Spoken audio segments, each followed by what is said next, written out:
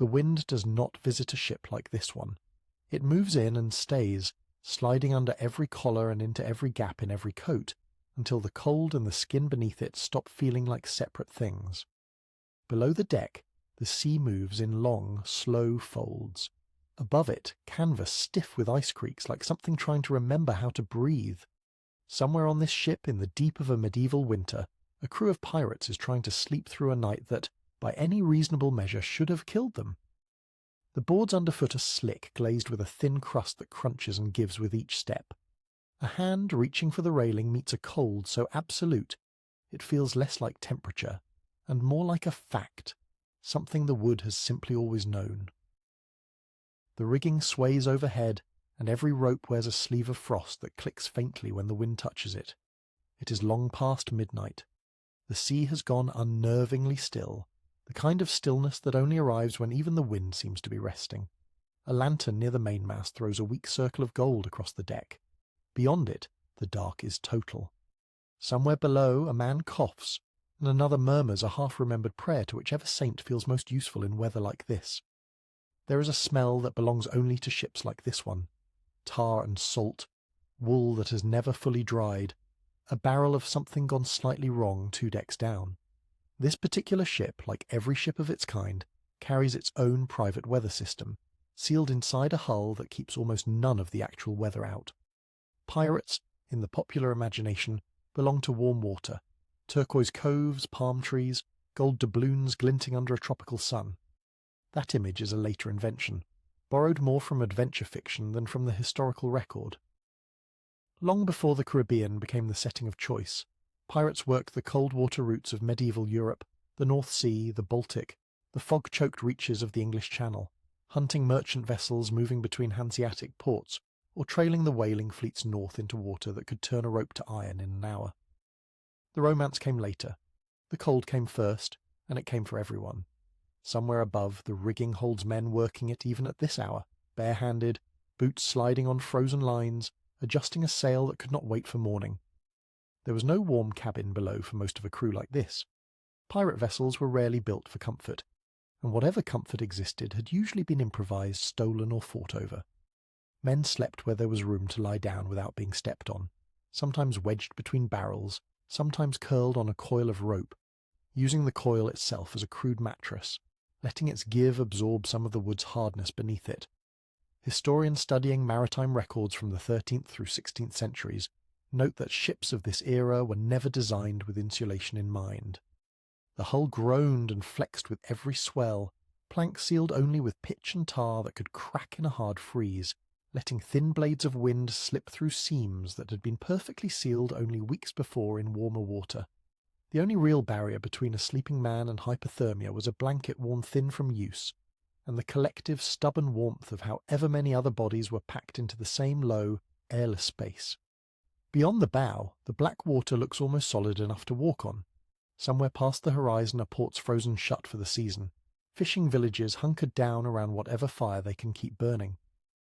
This ship has no such option. It is still moving, and for the men aboard it, the cold has stopped being a passing visitor. It has become something closer to another member of the crew, one that never sleeps and never lets anyone forget it is there.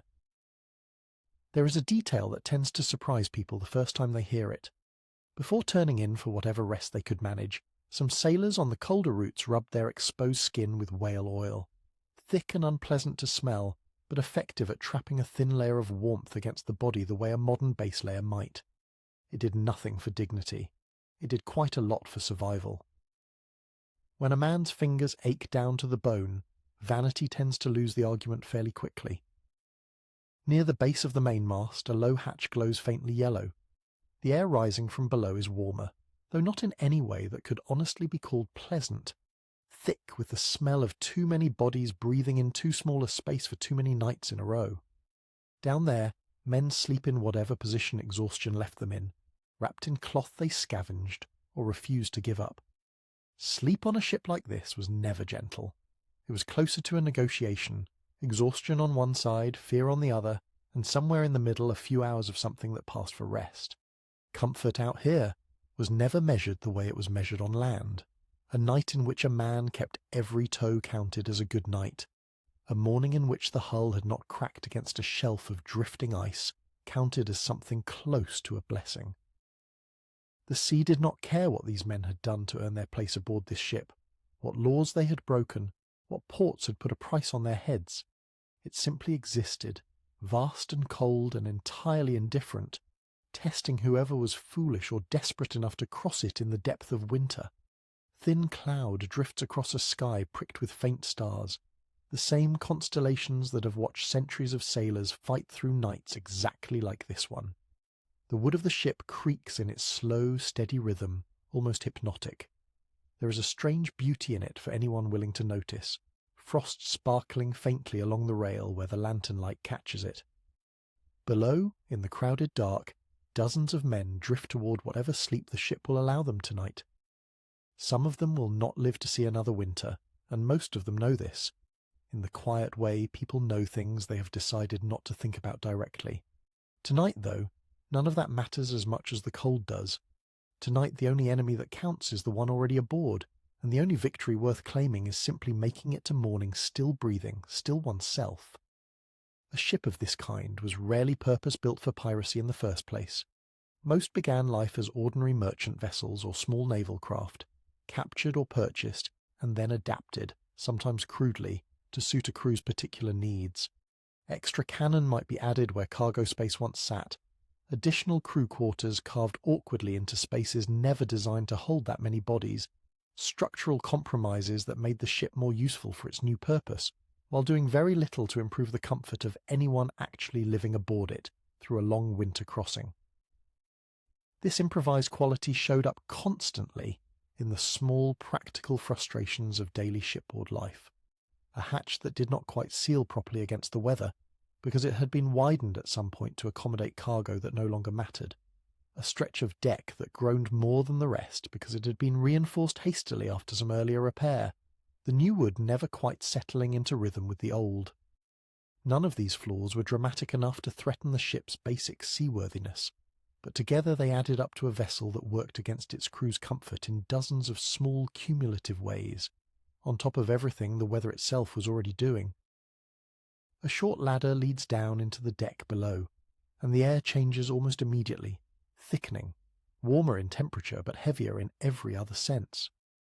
The sound of open sea fades to a muffled hum, replaced by the creak of rope under tension and the soft sway of dozens of hammocks strung side by side across the width of the hull. This is where the crew actually lives at night. Not soldiers in neat bunks, but a loose, swaying forest of narrow canvas slings, each one holding a shape wrapped in whatever fabric it could find. The fabric of the nearest hammock is stiff, crusted faintly with dried salt.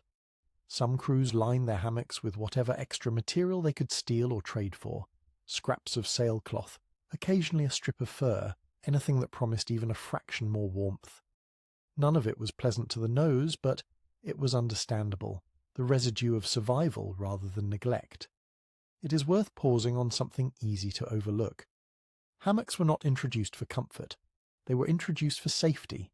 Sailors who slept directly on open decks or crude wooden platforms learned, often painfully, that a hard roll of the ship could throw a sleeping man into a bulkhead or send him tumbling across the hold entirely. A hammock, suspended by rope at both ends, moved with the ship instead of fighting it, cradling the body through every pitch and roll rather than letting it slam against something solid.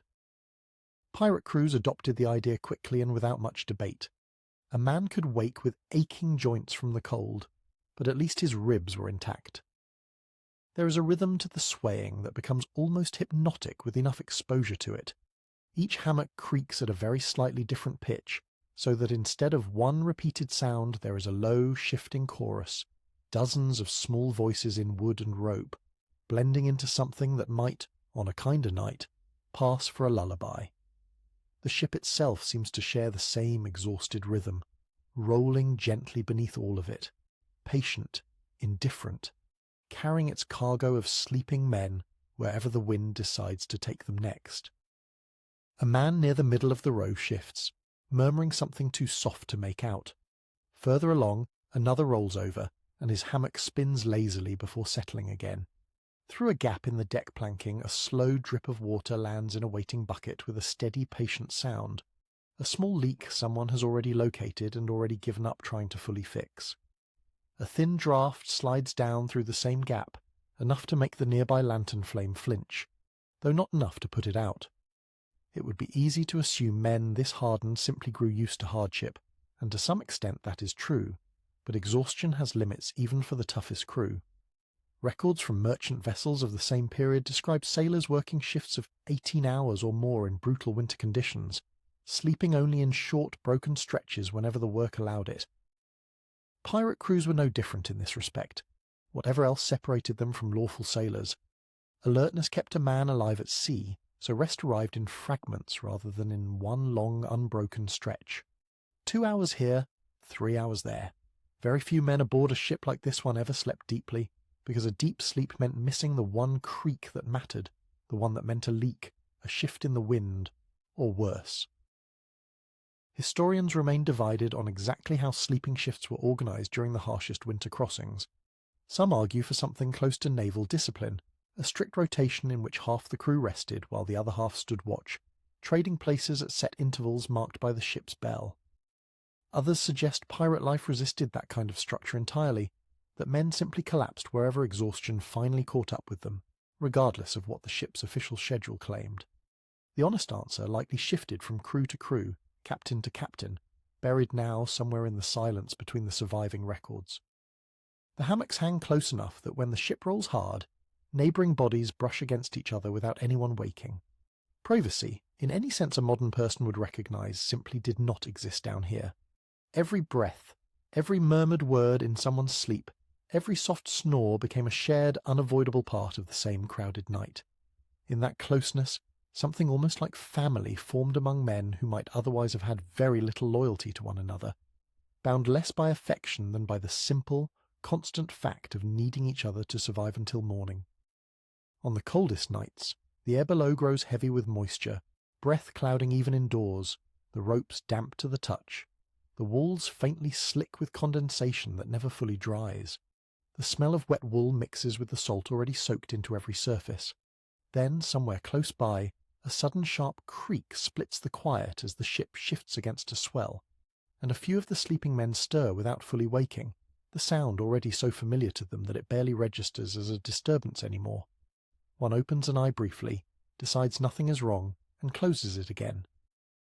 These are men who have learned, out of necessity, to sleep through almost anything. A quieter, more human detail survives in a handful of old accounts.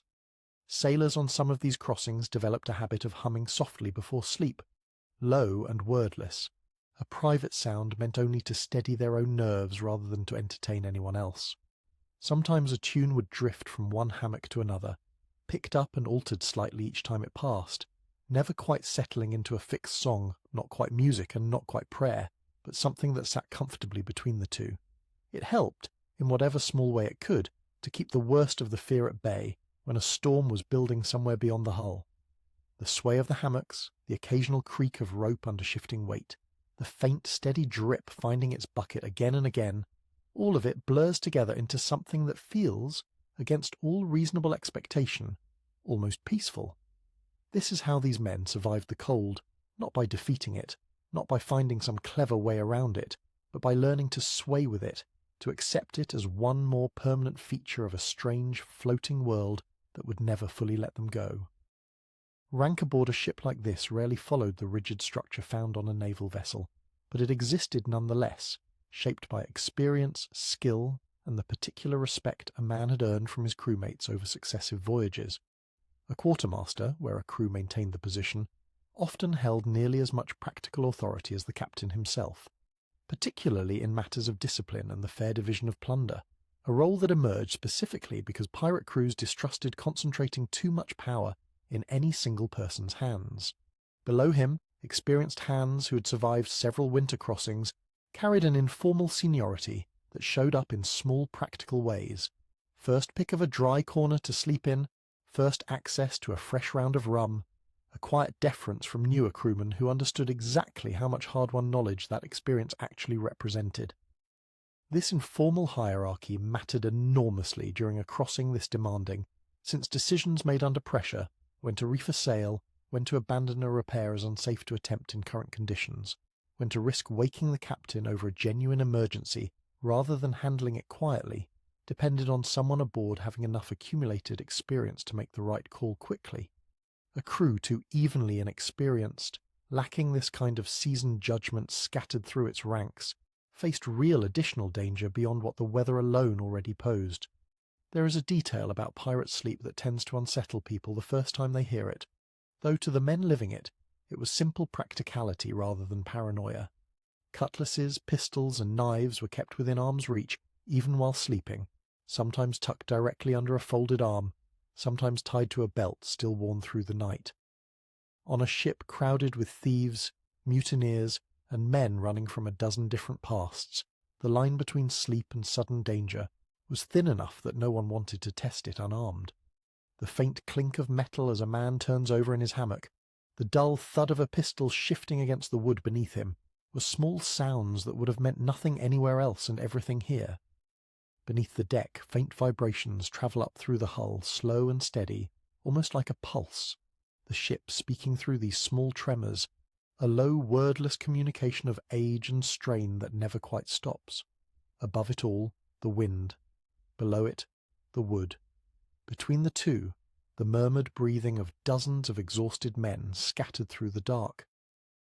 Historians still debate a smaller but genuinely interesting question, whether pirates generally preferred sleeping below deck or above it during the coldest crossings.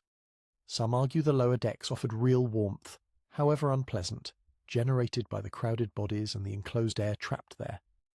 Others point out that the same lower decks could grow so foul and airless that a number of men would rather risk frostbite in the open air than spend another night breathing that same recycled dampness.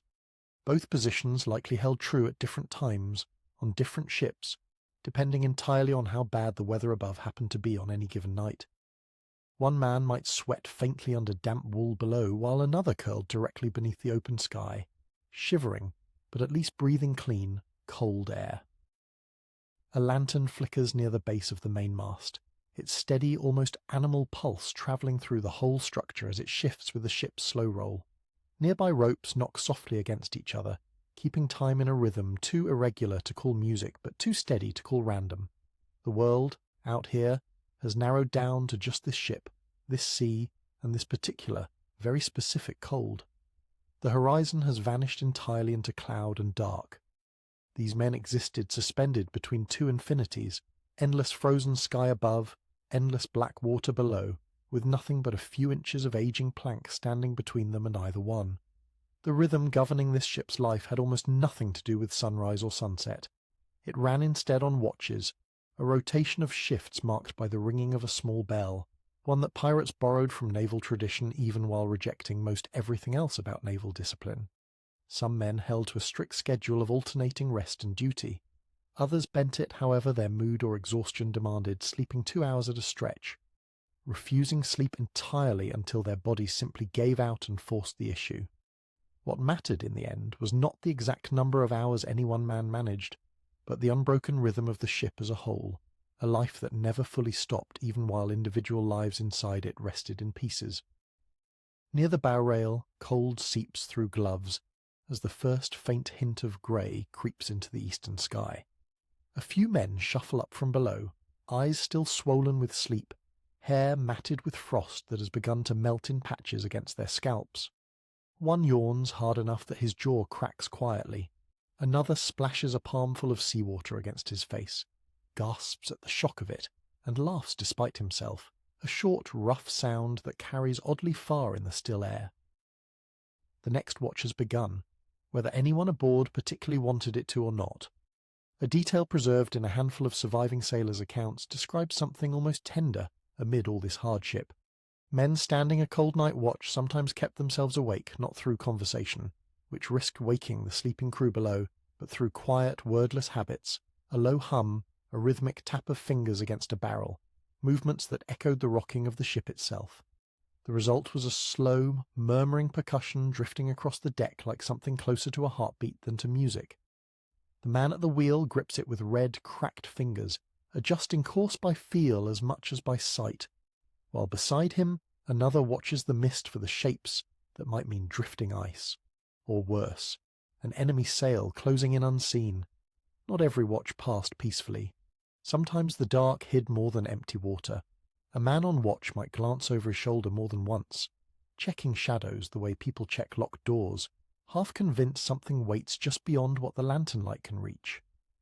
Old sailor superstition held that certain creatures followed ships through open water, patient, waiting for the single unlucky moment a man slipped overboard unseen.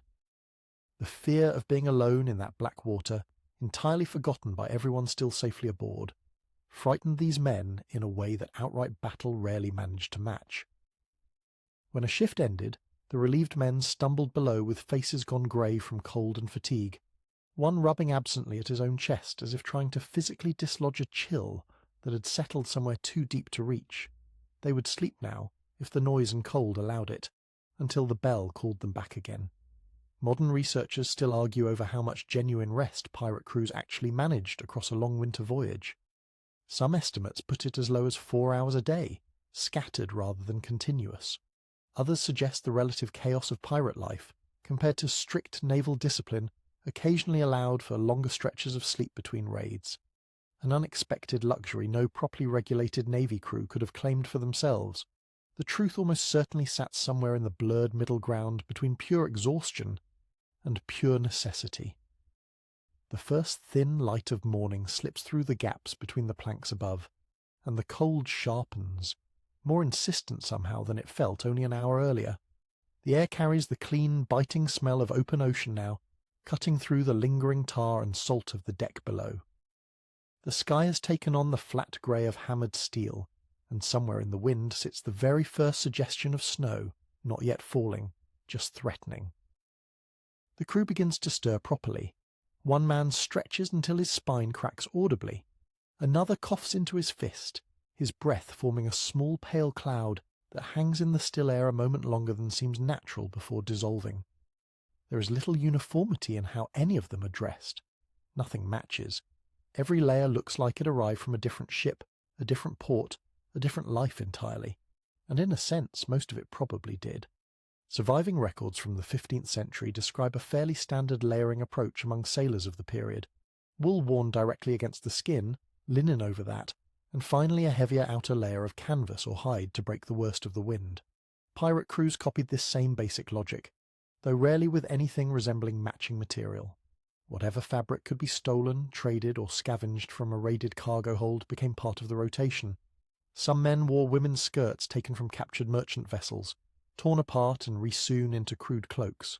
Others wrapped themselves in what had clearly once been a priest's robe, the fabric fine but entirely unsuited to its new purpose. None of it mattered in the way it might have on land. Out here, warmth outranked pride without much argument.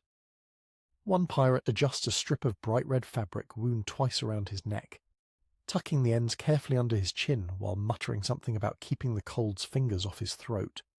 It sounds like simple habit, but old sailor superstition held that the deep cold carried something closer to a spirit, capable of slipping into a man's lungs while he slept if his throat was left uncovered. A scarf, in that light, was never just fabric. It was a small practical piece of protection against something the men genuinely feared, even if none of them would have admitted it outright to each other. The wind picks up sharply, snapping the stiffened sails above with a sound like a whip cracking. New frost forms along the nearest ropes, stiffening every knot a little further. The men rub their palms together and stamp their boots against the deck, coaxing feeling back into limbs that have gone half numb overnight. One of them mutters, half to himself, that the sea steals heat faster than it ever steals gold, and nobody around him laughs because nobody disagrees. Old merchant shipping records describe winter voyages of this period as tests of pure endurance, rather than skill in navigation. Sails stiffened until they could barely be adjusted. Men died less often from storms themselves, and more often from a slow, patient cold that crept in over days rather than arriving all at once. Some crews carried extra blankets when they could manage it, but most simply layered everything they owned and hoped it held. When even that failed, men stuffed their remaining clothing with moss, straw, or shredded scraps of old sailcloth, anything at all that might slow the wind from reaching skin directly. A quieter, stranger practice survives, from some of the northern crews working these same cold routes. Before nightfall, sailors would sometimes rub seal fat across their exposed face and hands, a crude but genuinely effective form of insulation that trapped body heat and kept moisture from freezing directly against the skin. The smell must have been considerable, thick and unmistakably fishy, but the men who relied on it swore by the results, and more than one account credits the habit with saving fingers that would otherwise have been lost to frostbite entirely. The cold, out here, is never simply a sensation. It becomes something closer to a presence, seeping into the wood of the ship as thoroughly as it seeps into the bones of the men aboard it. Their movements slow, grow more deliberate, each gesture measured out carefully as if conserving some finite dwindling supply of warmth with every motion. There is no open fire allowed on deck, only the shared, imperfect warmth of bodies working close together against a wind that shows no particular interest in mercy. Scholars remain divided on whether crews working these northern routes typically carried extra furs taken from earlier raids, or whether they relied more heavily on whatever naval supplies happened to already be aboard a captured vessel. Some argue that plundered ships regularly yielded warm coats belonging to soldiers, or wealthy merchants, providing at least occasional relief. Others suggest pirate life was simply too chaotic and opportunistic to allow for any real stockpiling of clothing, that crews took what was immediately useful and left the rest behind without much thought for the winter still to come. The honest truth likely varied considerably from ship to ship, captain to captain, season to season. What does seem consistent across the surviving record is that no crew who had once suffered through a hard winter crossing ever went unprepared for a second one if they could help it. Frost creeps into the grain of the deck boards, turning pale patches of wood almost white in the weak morning light. It is easy enough to imagine what it must have felt like waking each morning on a ship like this, shaking ice out of a stiffened hammock, forcing boots back onto feet after the leather itself had frozen hard as stone overnight. Some men surely cursed the sea for it. Others, more likely, simply laughed, understanding on some level that complaint changed nothing about the temperature. Maintenance of this kind never really stopped aboard a ship built and rigged the way this one was, and a good portion of the crew's waking hours, even during the coldest stretches, went toward the constant, unglamorous work of keeping rope, sail and hull functional enough to survive another day. Cold made every part of this work slower and more dangerous than it would have been in milder water. Rope stiffened with frost lost much of its flexibility, becoming harder to knot properly and more prone to snapping under sudden strain. Sailcloth, soaked and refrozen night after night, grew brittle along its seams, tearing more easily than it would have in warmer conditions. A few crewmen worked through a section of frayed line near the foremast, fingers moving carefully despite the cold, splicing new rope into the worn section with the kind of practiced patience that comes only from having done this exact task more times than anyone aboard could easily count. It is slow, precise work, made considerably harder by numbed fingers and rope crusted with salt and ice, yet it happens almost daily, since a single failed line at the wrong moment could cost the ship far more than the hour or two spent repairing it now. Old ship inventories from this period list rope, canvas and pitch as among the most closely guarded supplies aboard any winter vessel, rationed carefully alongside food and rum, since a shortage of any of them could leave a ship genuinely unable to continue its voyage. Pirate crews, lacking the reliable resupply lines available to properly commissioned vessels, often depended heavily on whatever rigging and canvas could be stripped from a captured ship, sometimes patching together a working set of sails from several different sources, mismatched in colour and weight but functional enough to get the crew through to the next port. This constant repair work carried its own quiet social function beyond the obvious practical one. Experienced hands teaching newer crewmen how to splice a line properly, how to read a knot for early signs of wear, how to patch a torn sail without weakening the surrounding fabric further, represented one of the primary ways skill and survival knowledge passed from one generation of sailors to the next aboard a ship like this one. There was no formal apprenticeship structure, no written manual most of these men could have read even if one existed. There was only this slow, patient transfer of hands-on knowledge, repeated night after night, voyage after voyage, until a green recruit gradually became someone capable of keeping a ship functioning through exactly this kind of brutal winter crossing. The passage narrows on the way in, the air growing heavier the further one goes, thick with the smell of tar and something faintly burned. Somewhere close by, metal clinks against metal.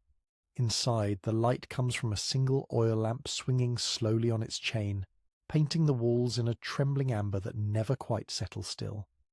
A small hearth, built from stone and reinforced with iron plating, sits against one wall, a handful of embers glowing faintly at its centre, but no true open flame. Pirates understood, better than most, why that restraint mattered. Fire aboard a wooden ship was every sailor's oldest and most reasonable fear.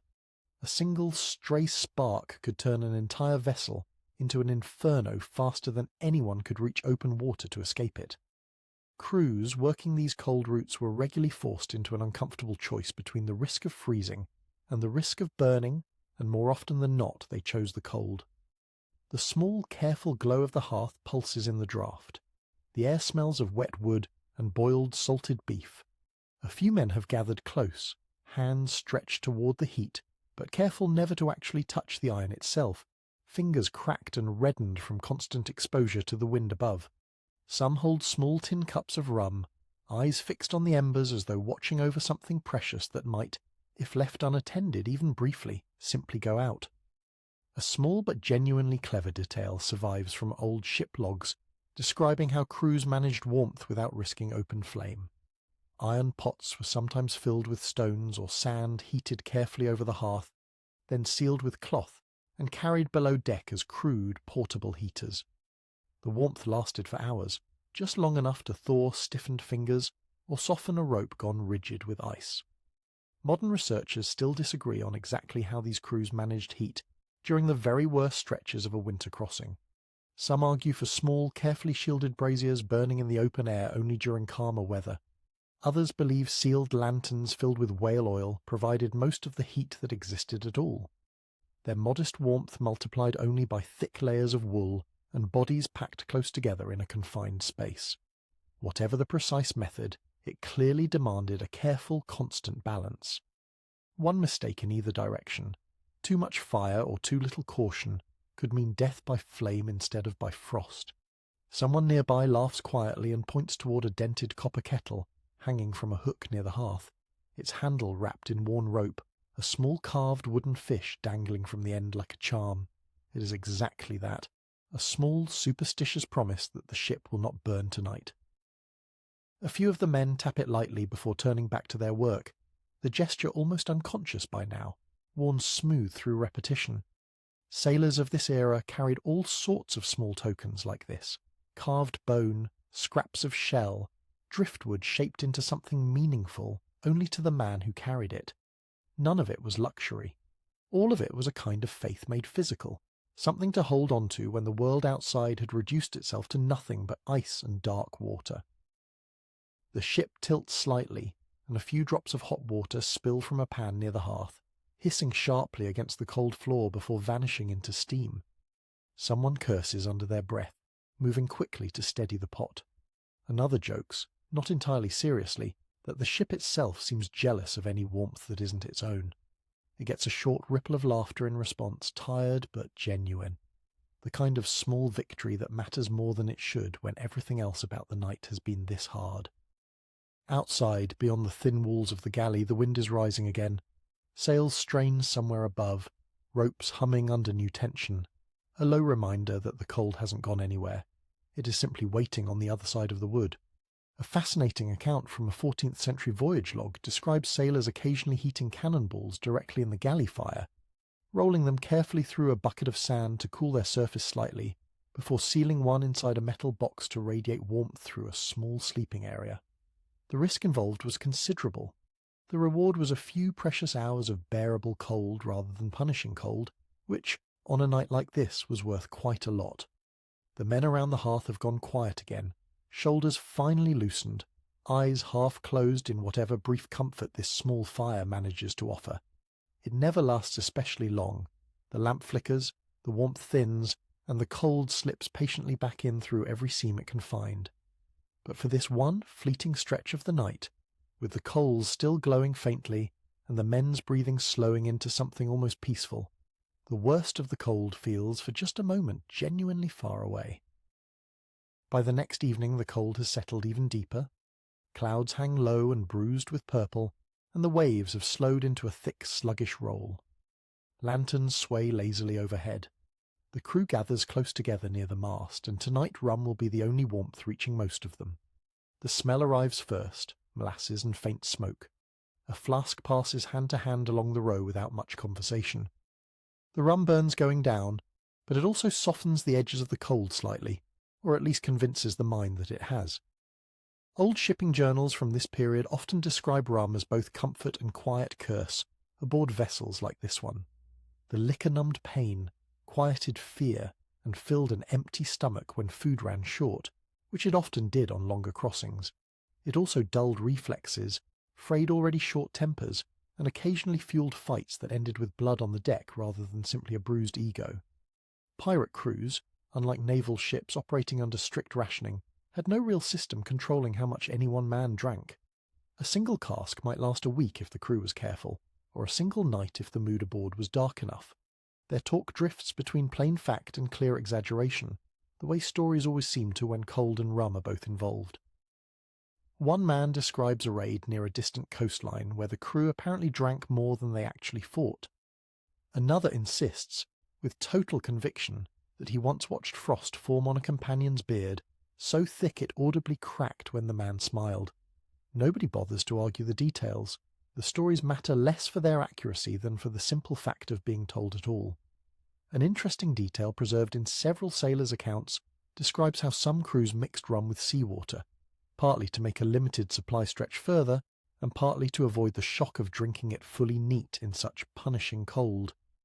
They called the result grog, a word that would later drift into formal naval tradition long after these particular ships were gone. The added salt made it worse for genuine thirst, but somehow gentler on throats already raw from the cold air. The lantern light catches the curve of a passing bottle. Giving it a brief amber glow, the men watch the way someone on land might watch a fireplace they can't quite reach.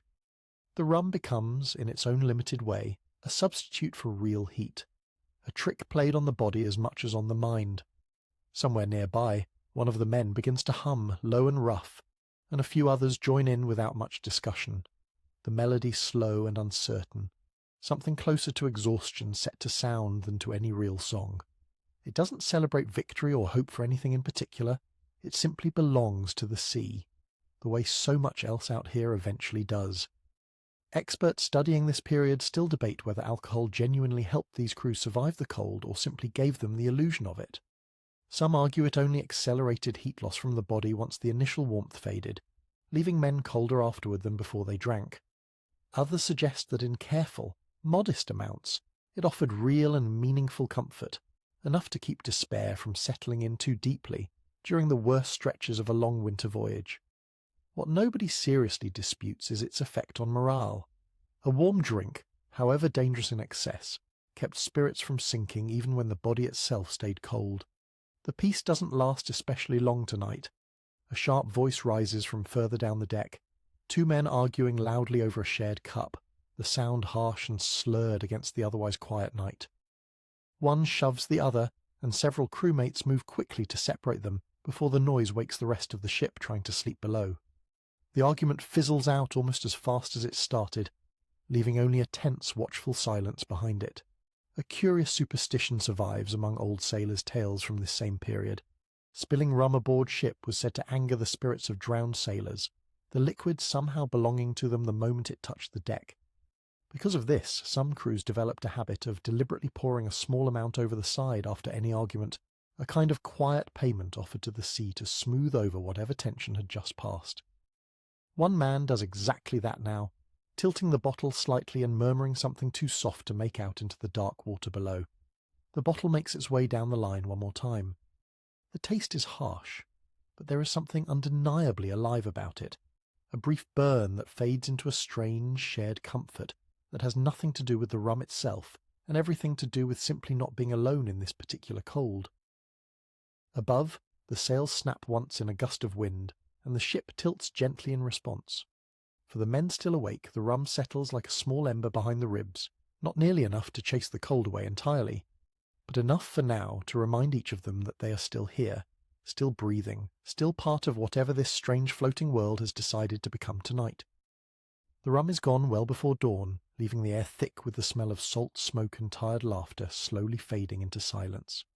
The men have gone quiet again, their voices thinning into murmurs as the cold reasserts itself over whatever brief warmth the night allowed. One by one, they settle back into their corners, pulling blankets close, eyelids heavy but somehow still restless underneath. Sleep at sea rarely felt like true rest.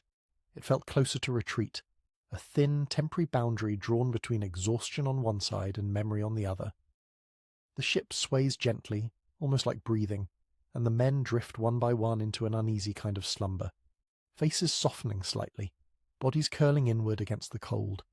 Their breathing settles into something slow and uneven, blending with the low creak of rope and the endless murmur of the sea against the hull. Somewhere above, the rigging knocks softly against the mast in a rhythm that, after enough repetition, starts to feel almost deliberate, almost gentle. Old letters and testimony from captured sailors of this period mention, again and again, how frequently these men dreamed of land. They spoke of beaches, open fires, and soft beds as though describing miracles rather than ordinary comforts. Some claimed to dream of gold spilling from chests that vanished the instant they reached for it, a small, cruel detail that shows up often enough in the record to suggest it wasn't purely invention. The colder the sea outside, it seems, the sweeter and crueler the dream became. A stranger piece of old superstition survives in a handful of surviving ballads from the period. It was said that a man who dreamed of fire during the depths of winter would not live to see spring. Flames in a dream read as an omen of fever, storm, or coming battle. The men joked about it sometimes, the way people always joke about the fears they don't quite feel comfortable admitting outright. At least a few of them, it seems, genuinely half believed it. One man nearby shifts in his hammock, mumbling something soft, his lips forming a shape that might be the word home. He is likely from somewhere green, somewhere with trees and smoke curling gently from a proper hearth, rather than a shielded ember in a bowl of sand. Around him, others stir, tangled loosely in their hammocks like fish caught in an unseen net, the whole row swaying gently in answer to the ship's slow roll. From a purely historical angle, dreams like these represented one of the very few genuine escapes available to men whose entire waking lives were built around danger and constant motion. Diaries surviving from this same era describe recurring visions among crews who had spent too many months at sea without a real break. They dreamed of silent, solid ground that never moved beneath their feet, of birdsong instead of the endless rush of waves. For pirates whose lives depended entirely on danger and instability, dreams this ordinary must have felt in their own strange way, like something close to paradise. The smell of the ocean seemed to seep even into sleep out here, the motion of the ship rarely fading completely, even in dream. A man might find himself walking through a familiar market only to feel the ground tilt subtly beneath him, or glimpse a face from childhood, only to watch it dissolve slowly into the shape of a wave. Modern researchers studying isolation at sea still debate whether extended voyages like this one cause something closer to shared hallucination among crews. Some argue that monotony combined with poor nutrition gradually warped ordinary perception over time. Others suggest the endless repetitive rhythm of the waves acted almost like a form of natural hypnosis, pulling exhausted minds into a blurred state somewhere between waking and dreaming. Whatever the true cause, the sea clearly had a way of invading sleep that few sailors of this period seemed able to fully escape. Around the hold, the pirates shift again in their sleep. One laughs softly at something only he can see. Another curses under his breath. Somewhere further down the row, a man snores loudly enough that a few nearby sleepers chuckle faintly, before drifting off again themselves. The warmth of so many bodies packed together fills the air with a faint mist, and the lantern light throws slow, golden waves across the ceiling that rise and fall gently with the motion of the ship. It is worth remembering that many of these men were not born pirates at all.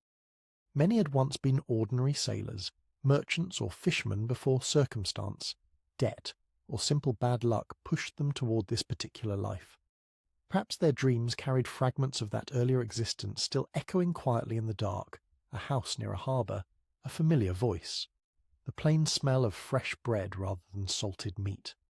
For all their hardened reputation, these were still ordinary men underneath everything else, and the night, in its own quiet way, seemed to keep reminding them of it. One especially striking account from a prisoner's later testimony describes a pirate who refused outright to sleep below deck at all, claiming he could not bear to dream of dry land while trapped in that crowded darkness.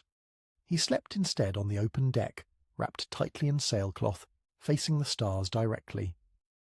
The rest of the crew mocked him gently for it, but he always insisted it helped him remember that he was still in some meaningful sense free. According to the same testimony, he disappeared at sea only a few weeks later, and no explanation for it was ever recorded. The sea moves quietly against the hull outside, a sound almost too distant and steady to fully understand, something closer to a low, tender voice than to plain noise. Perhaps that particular contradiction, love and resentment tangled together, is exactly why so many of these men came to feel the way they did about the ocean. It took their freedom in one sense and gave it back in another. It offered riches and death in the very same breath, often within the same short voyage. In their dreams, perhaps, they were quietly trying to make some kind of peace with it, if only for a few borrowed hours before the bell rang again and woke them back into the cold. Morning arrives without much ceremony, a dull grey light easing through heavy cloud that hides the horizon completely. The cold bites even before eyes have fully adjusted to the light. The ship groans quietly underfoot, every timber stiffened overnight by frost, and somewhere nearby a pan clatters against another, a plain, ordinary sound that means the morning meal is finally being prepared, though calling it a meal feels generous once it actually comes into view. In the same cramped galley from the night before, a handful of men have already gathered around a small table, heads bowed slightly, hands wrapped around tin plates for whatever warmth they can borrow from them. The food looks about as tired as the men eating it. Hardtack biscuits, chipped and dense as stone. Strips of salted beef glistening faintly with preserved oil. A pot of thin, pale grey stew that smells mostly of brine and old smoke. The air feels close and damp, thick with the smell of boiled fat and wet wool that never quite fully dries between meals. Old seafaring records confirm that pirates, much like other sailors of this period, survived largely on rations designed to last for months at a stretch rather than days. Meat was packed tightly in barrels of salt, strong enough that it often had to be soaked overnight simply to become edible again. Bread hardened into something closer to rock within a few weeks of baking, and a broken tooth on a biscuit surprised absolutely nobody aboard. They called it ship's bread, though in practice it functioned more like a minor punishment than an actual meal. One man works his jaw slowly through a strip of dried beef, grunts, swallows, and laughs without much real humour behind it. "Better than snow," he mutters to no one in particular, and nobody around him disagrees. Another ladles thin stew into a waiting cup, the liquid pale enough that the salt in it can be smelled from several steps away. A quieter detail from ship life describes how some crews used their rum ration to soften stubborn hardtack, soaking the biscuit until it broke down into something closer to a rough porridge, occasionally sweetened with sugar or molasses when either happened to be available. It became a rare, small comfort in the biting cold, sweet and thick, and, for a few minutes at least, something close to genuinely satisfying.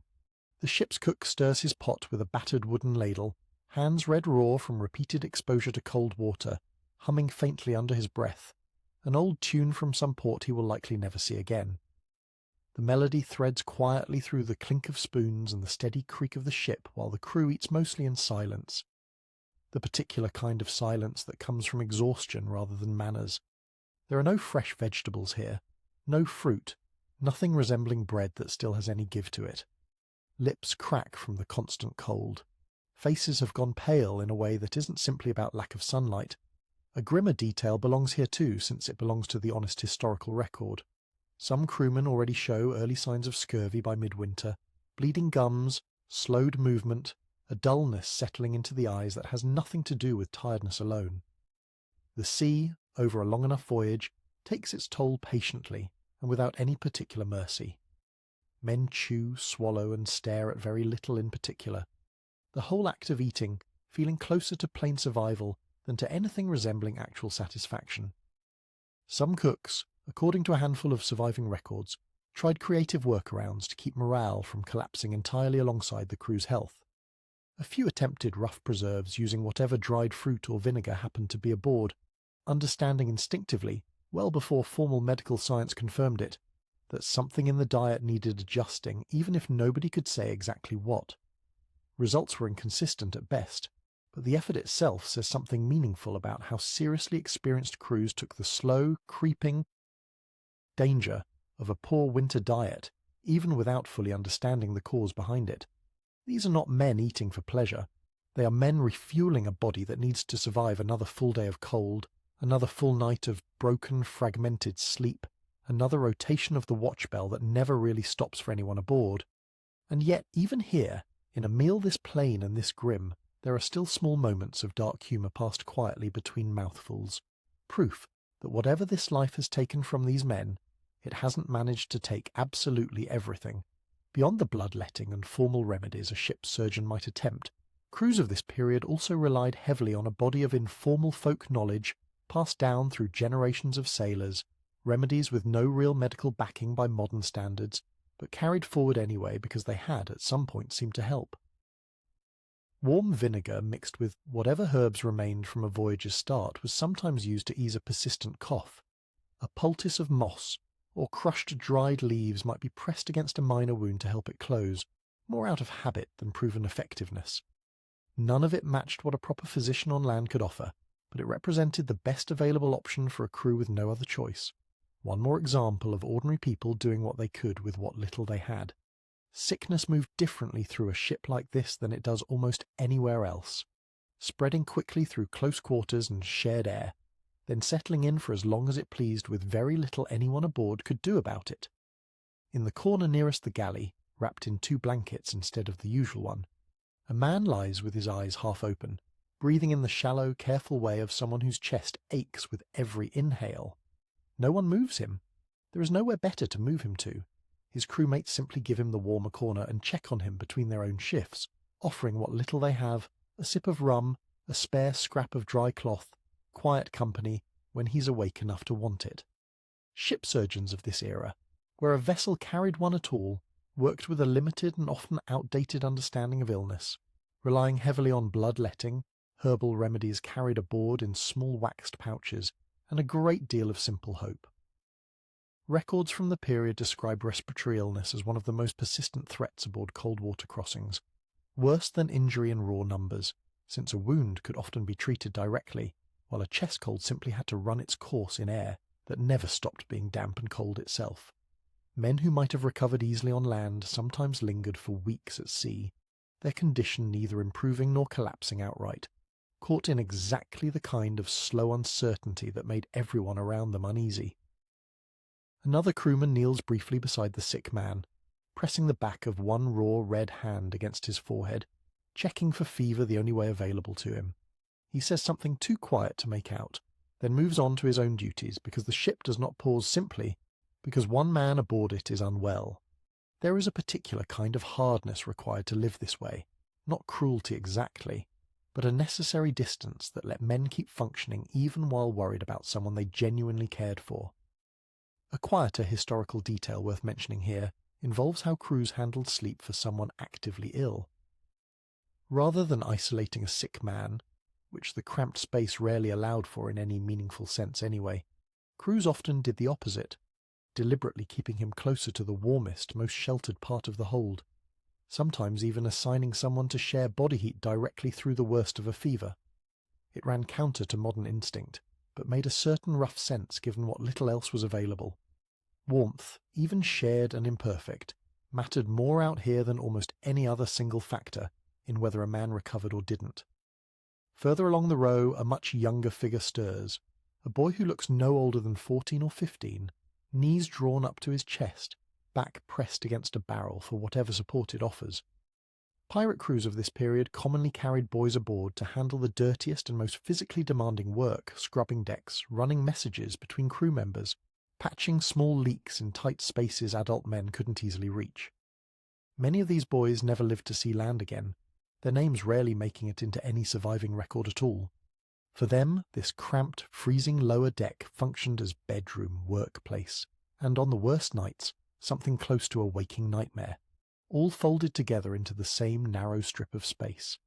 He's not asleep, not quite, eyes open just slightly, staring at nothing in particular, the way exhausted people often do when real sleep refuses to come no matter how badly the body needs it. Nearby, an older crewman notices, and without much comment tosses a spare scrap of cloth in the boy's direction, motioning for him to wrap it around his shoulders. It is a small gesture, almost nothing, but it says something honest about how these crews actually functioned beneath all the harsher reputation attached to pirate life in general. Cruelty existed here, certainly, but so did small unspoken forms of care, especially toward the youngest and most vulnerable aboard. A quiet superstition persists in a few surviving ship logs regarding especially harsh winter nights. Some crews kept a small ember glowing inside a covered bowl of sand, shielded carefully like something precious, glowing faintly through the darkest hours as a kind of fragile promise that warmth still existed somewhere aboard, even if most of the ship couldn't feel it directly. They called it the heart of the ship. If it ever went out completely, sailors believed bad luck was close behind.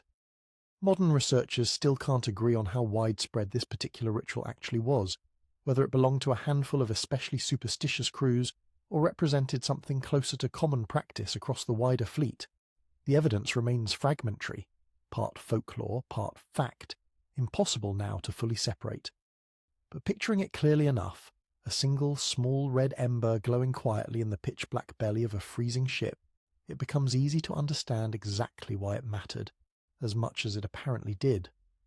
Reading the weather before it fully arrived was its own hard-won skill, one that experienced crewmen practiced constantly, watching the particular colour of the clouds along the horizon, the behaviour of seabirds, the way the swell shifted subtly in the hours before a storm actually broke.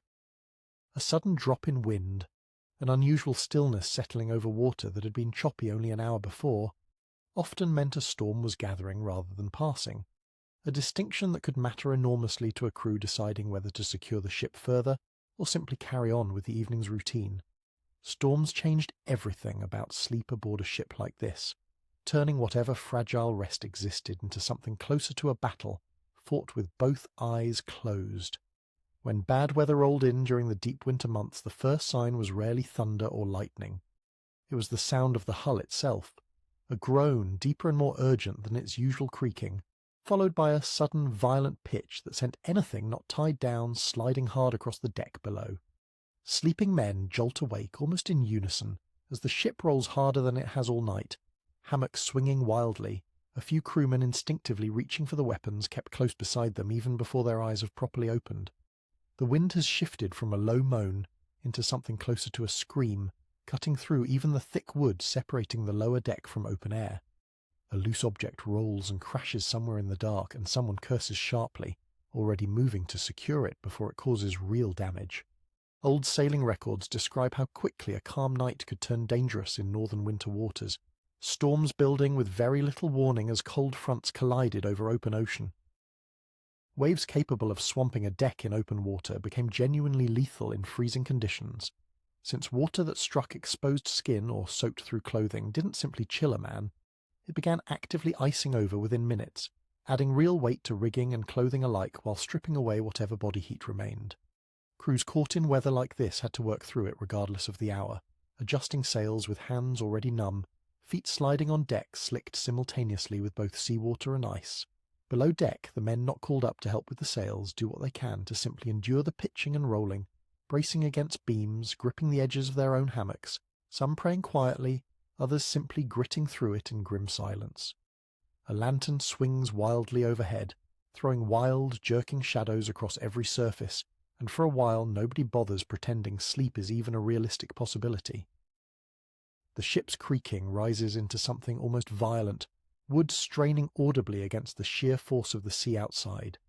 Historians studying maritime disasters from this period note that storms, rather than direct combat, likely claimed more pirate lives across these northern routes than any other single cause. A well-armed crew could fight off a rival ship or a naval patrol with some reasonable hope of survival. A genuinely severe winter storm offered no such option, no negotiation, no surrender that meant anything. The only real strategy was endurance, holding the ship together long enough for the worst of it to pass, and hoping the math of luck and skill worked out in the crew's favour one more time. Eventually, gradually, the worst of it eases. The wind drops from a scream back down to a low, exhausted moan, and the wild pitching softens into the ship's more familiar steady roll. Men who had braced rigid against beams for the better part of an hour slowly loosen their grip, breathing out long, shaky breaths that fog in the cold air. Somewhere nearby, a young crewman lets out a short, nervous laugh, the kind that comes purely from relief rather than any actual humour, and a couple of others join in quietly, the sound rippling weakly down the row of hammocks like a held breath finally released. Sleep, when it finally does return after a storm like this, comes differently than usual, heavier somehow. Exhaustion from both the physical work and the sheer adrenaline of fear, pulling men under fast and hard. One by one, they settle back into their hammocks, some still trembling slightly from cold and nerves both, eyes closing despite everything the ship has just put them through. There is something almost remarkable in how quickly the body insists on rest, even immediately following genuine danger, as though sleep itself understood, better than the mind sometimes did. That morning would still demand its own set of new problems, regardless of how the night had gone. A quiet detail preserved in a few surviving accounts describes how crews who had weathered a particularly bad storm together often grew noticeably closer afterward, at least for a short while, small kindnesses briefly more common, arguments briefly less frequent. Shared fear, it seems, forged its own temporary kind of unity even among men who otherwise had very little reason to trust one another.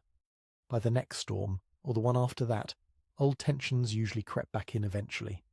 But for tonight, in the quiet aftermath, there is mostly just relief and the low, steady sound of exhausted men finally, genuinely sleeping. There is a particular kind of quiet that settles over a ship in the hour just after a storm passes, before the crew has fully returned to normal duties, when the only sound left is water dripping slowly from soaked rigging, and the occasional creak of wood settling back into its familiar rhythm. On the main deck during this hour, the cold feels almost gentle by comparison to what came before, simply cold rather than actively dangerous, which after a storm like the last one starts to feel like something close to relief. The rigging hangs heavier now, coated in a fresh thick layer of ice formed the moment the storm's spray froze against already frigid rope. A few crewmen are already working at it methodically, knives in hand, chipping carefully at the worst build-up before it grows heavy enough to strain the mast itself. This was one of the more thankless, dangerous jobs aboard any winter voyage, climbing rigging slicked with fresh ice, fingers already numb from cold, knowing a single slip could mean disappearing over the side without anyone even noticing in time to help. Old ship logs describe ice accumulation on rigging as one of the quieter, more persistent dangers of these northern winter routes. Less dramatic than a storm, but arguably more reliably deadly over the course of a full season. Enough ice building up on masts and rigging could genuinely destabilize a ship, shifting its center of balance in ways that made it dangerously top-heavy in already rough water. Crews had to chip it away constantly, a task that never really finished, since new ice simply began forming again almost as soon as the old ice was cleared. One man works methodically along a lower line, breath steaming heavily with the effort, movements careful and practiced despite the numbness clearly affecting his hands. Every few minutes he pauses, flexing his fingers hard against his own thigh, forcing blood back into them before continuing. It is exhausting, repetitive, genuinely dangerous work, and it happens almost every single day during the coldest stretch of a voyage like this one, folded quietly into the routine alongside everything else that needed doing simply to keep the ship functional and afloat. A stranger, more superstitious detail survives from several accounts of this period regarding the ship itself. Sailors of this era commonly believed vessels carried something close to a spirit or personality of their own, shaped gradually by every voyage, every storm survived, every crew that had lived and occasionally died aboard it. A ship that groaned too loudly, too often, was sometimes said to be complaining, unhappy with its current course or cargo. One that sailed unusually smoothly through bad weather earned a quiet sort of respect, almost affection, from crews who genuinely believed the wood itself somehow remembered its own history. Standing at the mast and feeling its steady vibration, it is not difficult to understand exactly where that superstition came from. A ship like this one creaks and groans constantly, communicates in its own strange language of strained wood and shifting rope, and after enough nights aboard it would be genuinely odd not to start hearing something like a personality in all that sound. The work continues steadily as the pale morning light strengthens slightly overhead. clouds still heavy but beginning to thin in patches. A few gulls appear somewhere overhead, their sharp cries cutting through the otherwise quiet air, and one of the crewmen glances up and mutters, half joking, that even the birds must be lost to bother with weather like this. A short ripple of tired laughter follows, brief but genuine, the kind of small humour that costs nothing, and helps more than it probably should on a morning like this one. Toward the stern of the ship sits the one space aboard that comes closest to privacy, a small low cabin belonging to the captain, though even this modest privilege offered only slightly more comfort than what the rest of the crew endured. It is barely large enough to stand upright in, a narrow bunk built directly into the hull, a small table bolted down against the ship's constant motion, and a single shuttered window that lets in almost no useful light even during full daylight hours. The captain's advantage in weather like this was rarely about warmth in any meaningful sense. It was about a few extra inches of space, slightly thicker bedding scavenged from an earlier raid, and, crucially, the ability to close a door between himself and the rest of the crew for a few private hours, a genuine luxury aboard a ship this crowded. Historical accounts describing pirate leadership structures of this period note that captains generally held their position through a mixture of earned respect and practical necessity, rather than any formal hierarchy resembling naval command. A captain who slept comfortably while his crew suffered visibly risked losing exactly the kind of loyalty that kept a ship functioning at all. Many captains, according to surviving testimony, deliberately shared in at least some of the same hardship as their crew during the worst stretches of winter, less out of pure sentiment and more out of clear practical understanding that morale mattered as much as discipline aboard a vessel this small and this isolated. A captain seen working alongside his men to clear ice from the rigging, or sharing his own rum ration during a particularly hard night, earned a kind of loyalty that pure authority alone rarely managed to secure on ships like this one. Tucked into a corner of the small cabin, a battered logbook sits with its pages swollen slightly from repeated exposure to damp air. Logs like this, where they survive today, offer some of the clearest windows historians have into the actual daily rhythm of pirate life during this period, recording weather conditions, supply counts, occasional disciplinary matters, and, more rarely, brief personal reflections that hint at the very real toll this life took on the men living it. One surviving log entry from a similar winter voyage simply reads that the cold has taken more from this crew than any battle has, a short, plain line that says a great deal without elaborating further. The captain himself sleeps little better than his crew despite the marginally improved space. The weight of decisions rests differently on a man responsible for an entire crew's survival, each choice about course, about risk, about how hard to push the ship through worsening weather, carrying consequences that extend well beyond his own comfort. Historians studying leadership under this kind of sustained pressure note that captains of this era often showed visible signs of the same exhaustion and strain as their crews, if not more, the responsibility itself functioning as its own particular kind of cold that never fully lifted regardless of how many blankets a man had access to. A few days pass in this same repeating rhythm, cold nights blending into colder mornings, watches trading places at the sound of the same worn bell, until the ship finally finds its way into the shelter of a narrow ice-fringed cove, tucked behind a headland that breaks the worst of the open ocean wind. The change is immediate and almost startling in how much difference it makes. The water here lies flat and dark, still cold, but no longer actively hostile in the way open water had been for days. The wind drops to something closer to a whisper, and for the first time in what feels like a very long stretch, the ship itself grows quiet. The anchor drops somewhere below, a heavy distant sound followed by the slow settling of the hull into calmer water. The crew's collective mood shifts almost immediately, shoulders loosening slightly, voices dropping into something closer to genuine conversation, rather than the clipped, functional exchanges that had defined most of the open water crossing. A few men actually laugh, real laughter this time, unforced, and the sound carries strangely far across the still water of the cove. Old sailing records describe these sheltered anchorages as genuinely vital during long winter voyages, offering crews a rare chance to rest properly, to repair damage from recent storms, and, when local conditions allowed it, occasionally to gather fresh water or forage briefly along a nearby shoreline. Some pirate crews developed informal, sometimes reluctant relationships with small coastal communities near these anchorages, trading stolen goods for fresh food or simple information about ice conditions further along the intended route. Neither side entirely trusted the other, but mutual practical benefit often outweighed the risk involved. Several crewmen begin repair work on damaged rigging, movements noticeably less tense than they had been during the open crossing, occasional bursts of rough conversation drifting between the work itself. Someone produces a battered fiddle from somewhere below deck, and though the tune that follows is far from polished, it draws a small, appreciative gathering anyway, a few men tapping feet against the deck in loose rhythm, a brief, unguarded moment of something close to genuine enjoyment amid weeks of pure endurance. A quieter historical detail worth noting here involves how crews used these calmer nights to actually catch up on proper rest, rather than the fragmented, watch-interrupted sleep that defined most of the open crossing. Some logs describe entire crews sleeping in noticeably longer stretches during time spent in a sheltered cove, occasionally even suspending the usual watch rotation partially, if the anchorage was judged secure enough and free of any nearby threat. It was, in its own modest way, one of the very few genuine luxuries available to men living this particular life.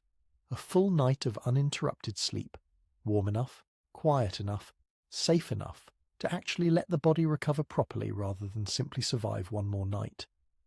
Below, most of the crew is already settled into their hammocks, and for once the usual creaking and restless shifting seems noticeably calmer, deeper, more like genuine rest than the usual uneasy negotiation with exhaustion. A few voices murmur quietly nearby, low conversation rather than argument, the particular comfortable quiet of men who have, for tonight at least, stopped actively fighting simply to survive the next few hours.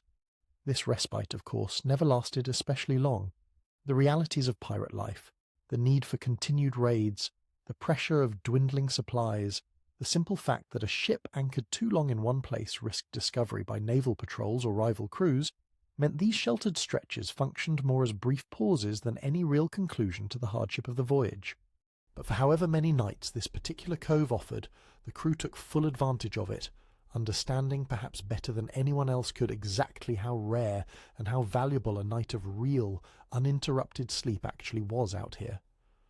Eventually the anchor rises again, dripping and heavy with fresh ice already forming along its chain, and the ship eases back out of the sheltered cove into open water, the wind returning almost immediately, sharp and insistent, as though it had simply been waiting patiently just beyond the headland for the ship to reappear.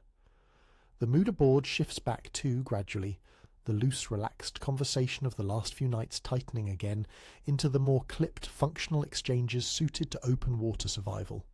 Frostbite remained one of the quieter, more persistent dangers of this return to open water, and crews of this period developed a genuinely careful, practiced approach to managing it without the benefit of any real modern medical understanding.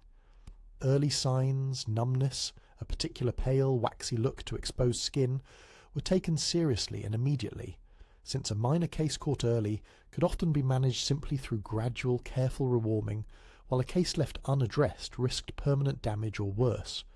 Crewmates watched each other's faces and hands almost instinctively during the coldest stretches, a kind of informal, constant check that cost nothing and occasionally saved a man a great deal. One crewman gently examines another's fingers near the mast, turning the hand carefully in the weak morning light, checking colour and asking quiet questions about feeling and sensation. It is a small, unremarkable exchange, over in under a minute, but it represents exactly the kind of careful mutual attention that let a crew like this one survive an entire winter crossing largely intact. A related detail, gentler than it sounds, involves how crews treated minor cold injury when it did occur. Gentle, gradual warming against another crewman's body heat, rather than direct exposure to fire or hot water, which risked further damage to already compromised skin, was the generally understood approach, even without any formal medical training behind it. As the days continue, subtle signs begin suggesting the worst of winter might finally be loosening its grip, however gradually. The ice along the rigging seems slightly less aggressive in how quickly it rebuilds after each clearing. The wind, while still sharp, carries occasional brief stretches of something almost gentle within it. A few crewmen begin commenting cautiously, almost superstitiously, on the possibility that spring might not be as far off as it had felt only a few weeks earlier, though nobody says it too confidently, unwilling to tempt bad luck by celebrating too early. There was, across nearly every account surviving from this period, some kind of small private ritual most sailors observed before finally settling into whatever sleep the night allowed. For some it was quiet prayer, murmured just under the breath, addressed to whichever saint felt most relevant to a sailor's particular fear that night, storms, illness, or simply making it safely to morning. For others it was more practical than spiritual, a careful checking of weapons kept close by, a final glance at the state of nearby rigging, small acts that offered a sense of control in an environment that otherwise offered almost none. One man, settling into his hammock for what remains of the night, touches a small carved charm hanging from a cord around his neck, mouthing something too quiet to make out before finally closing his eyes. Nearby, another simply lies still, staring upward at the low beams overhead, breathing slow and deliberate, a technique that modern observers might recognize as something close to controlled breathing exercises, though the sailor himself would have had no name for it beyond simple habit passed down from someone who taught him years earlier. Storytelling played its own quiet role in this same nightly ritual, though the stories themselves varied considerably depending on mood, weather, and how much rum had been shared earlier in the evening. Some nights brought boastful tales of past raids, exaggerated with each retelling until the original details had mostly dissolved into something closer to legend. Other nights, quieter ones, brought softer stories, memories of home, of family left behind, of ordinary meals and ordinary beds that must have felt, from this distance, almost unbearably luxurious in retrospect. A genuinely interesting area of ongoing historical debate involves the specific pattern of sleep these crews likely followed across an entire voyage, rather than any single night in isolation. Some researchers argue for something resembling what modern sleep science calls polyphasic sleep. Multiple short rest periods scattered across a full day rather than one long continuous stretch, essentially forced onto these crews by the demands of constant watch rotation. Others push back against applying too tidy a modern framework onto what was in practice a far messier and more improvised pattern, shaped as much by individual exhaustion and immediate circumstance as by any consistent structure. What does seem broadly agreed upon across most serious historical analysis is that these men existed in a state of near constant low-grade sleep debt for the entire duration of a long winter voyage, never quite catching up, never quite reaching anything resembling full rest, simply managing a kind of ongoing negotiation between the sleep their bodies needed and the sleep their circumstances actually allowed.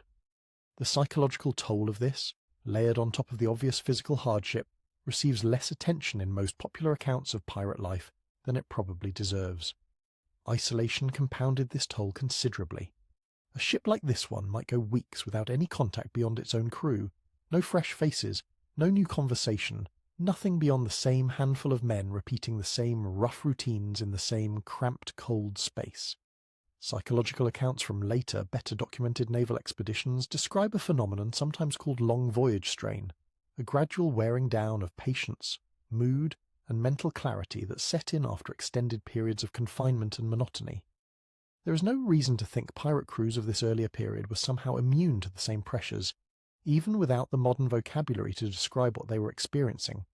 Small signs of this strain show here and there among the crew a shorter temper than the situation strictly called for, a longer than necessary silence following an ordinary question, a particular kind of far-off look in a few of the older crewmen's eyes that suggests thoughts drifting somewhere well beyond this ship, this cold, this immediate night.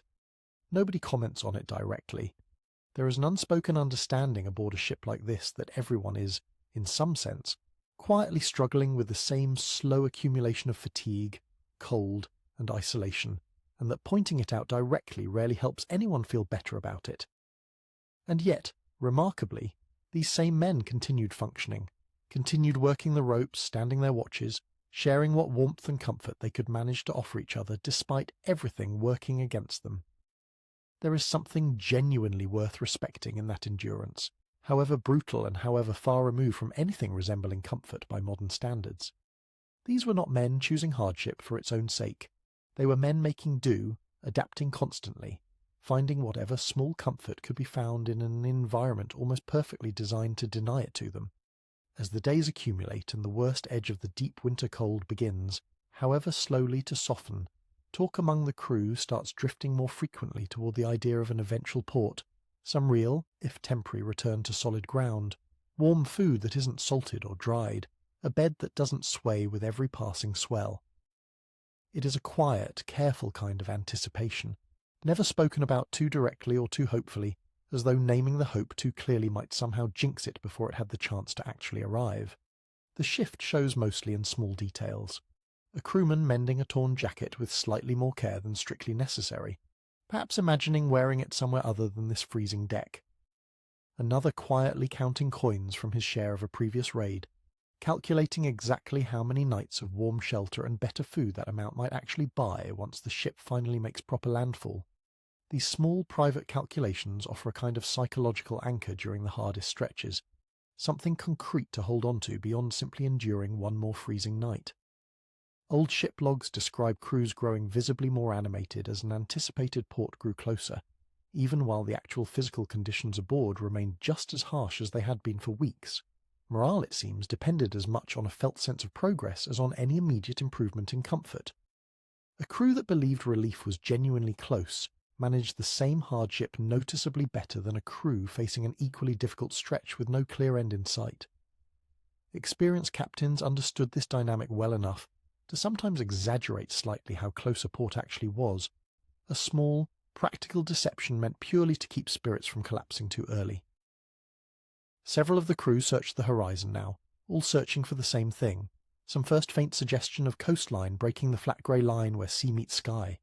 For a long stretch there is nothing but more open water, more thin cloud, more of the same relentless cold that has defined every day of this crossing so far. Then, gradually, almost too subtly to trust at first, a slightly darker smudge appears low against the horizon, the kind of shape that could easily be cloud, could easily be nothing at all, but that the more experienced eyes aboard recognize immediately for what it actually is. A ripple of quiet excitement moves through the crew, restrained but unmistakable.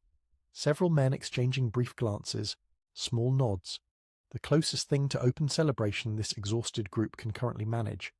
Someone murmurs something about finally sleeping somewhere that doesn't move, and a few tired laughs follow, genuine this time, carrying just slightly further across the deck than the wind alone would explain.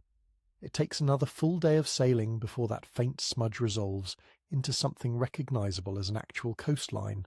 Low hills dusted with snow, a scattering of small stone buildings clustered near a natural harbour, thin trails of smoke rising from chimneys that promise, more than almost anything else could, real fire, real warmth, real rest. The crew's collective posture shifts as the ship draws nearer, shoulders that have been tense and hunched against the cold for weeks beginning to loosen slightly, faces turning toward the approaching shore with an expression that is not quite happiness exactly, but something adjacent to it, something closer to simple, exhausted relief. The anchor drops for what everyone aboard hopes will be a genuinely restful stay, and for the first time in longer than most of the crew can easily remember, the immediate future holds the real possibility of sleeping through an entire night without interruption, without the constant underlying awareness of cold seeping through every layer of clothing, without the bell calling anyone back to watch before their body has finished recovering from the last one. Approaching any port after weeks at sea required its own quiet calculation, since not every harbour along these northern routes welcomed a pirate crew equally, and a captain's knowledge of which settlements could be trusted, however loosely, often mattered as much as his skill at actual navigation. Word of a crew's reputation travelled along these coastlines nearly as fast as the crew itself, and a captain known for honest dealing, paying fairly for supplies rather than simply taking them by force, could count on a warmer welcome at the next port than one known for leaving trouble behind him. This reputation, built up slowly over repeated visits, functioned as its own kind of currency, one that mattered enormously to a crew, depending on these small informal harbours for the rest, and resupply a long winter crossing demanded. The small coastal settlement offers little in the way of grandeur, a modest cluster of stone and timber buildings arranged around a natural harbour, smoke rising steadily from a handful of chimneys, a few boats pulled up onto the shingle beach for the winter season. To a crew that has spent weeks aboard a freezing, constantly moving ship, though, it might as well be the finest port in the world. Several men step onto solid ground for the first time in longer than they can easily recall, and more than one visibly stumbles, legs still expecting the ship's familiar sway, bodies briefly confused by ground that refuses to move beneath them. Historical accounts describe this particular disorientation as a genuine, well-known phenomenon among sailors of this period, sometimes called land sickness, an unsettling sensation of the ground itself seeming to tilt and roll even while standing perfectly still on solid earth.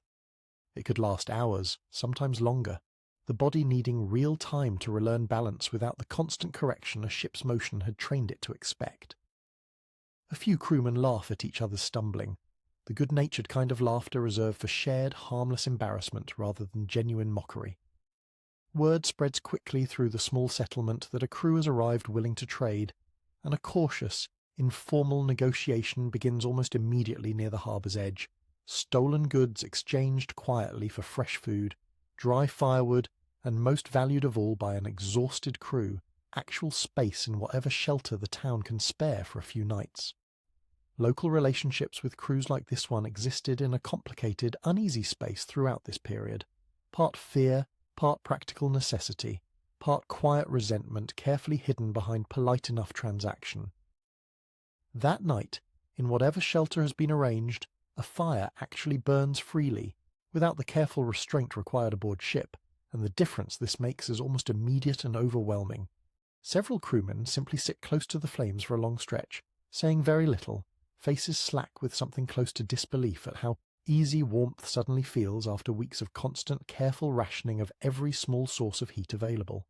One man actually laughs quietly to himself, shaking his head slightly, as though the simple presence of an open, unguarded fire feels almost too good to be entirely real. Sleep that night, in whatever borrowed beds or blankets the settlement provides, comes differently than it has in weeks.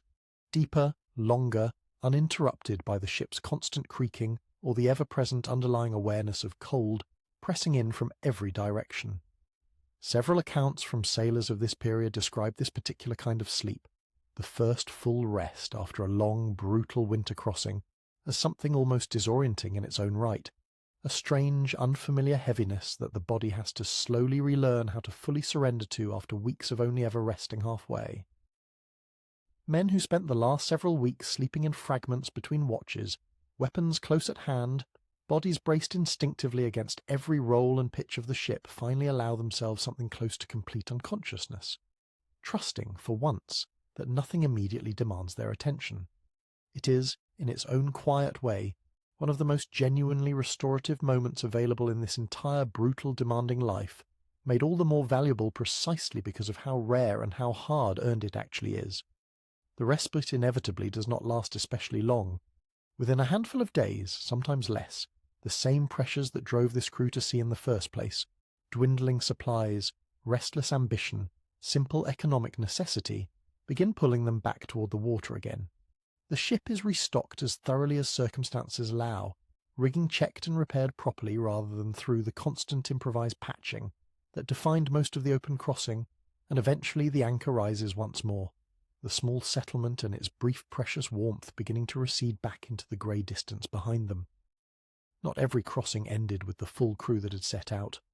Winter voyages of this kind carried real risk, and surviving records make clear that loss, when it came, was handled with a particular quiet ceremony that owed as much to practicality as to sentiment.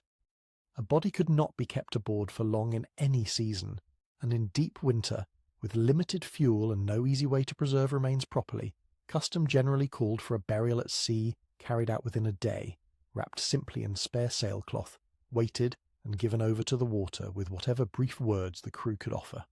Old ship logs from this period describe these moments with a plainness that says more than elaboration might have. A name recorded, a date, occasionally a short line noting how the man had been well liked or had served faithfully, and then the log moves on to weather and supplies because the ship itself could not pause for grief the way land might have allowed. This briskness was not coldness. It reflected instead the basic reality that a crew this small, this exposed, could not afford to let mourning interfere with the ongoing work of simply keeping everyone else alive.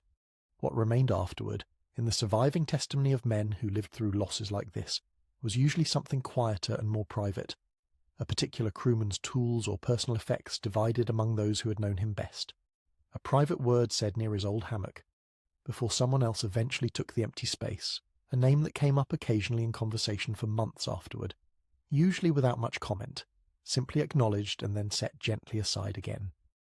Grief aboard a ship like this had to be economical, folded carefully into a schedule that never really stopped for it, and yet it was there, present in these small, understated ways, proof that even amid this much daily hardship, these men had not gone numb to what it meant to lose one of their own. Back in open water, the familiar rhythm reasserts itself almost immediately, cold returning in full force within the first day, the ship's constant creaking and swaying, settling back into its usual restless background presence. The crew, briefly restored by their stay ashore, absorbs this return to hardship with a kind of practised resignation, the same rough good humour and quiet endurance that carried them through the previous stretch of the voyage, picking back up almost exactly where it left off.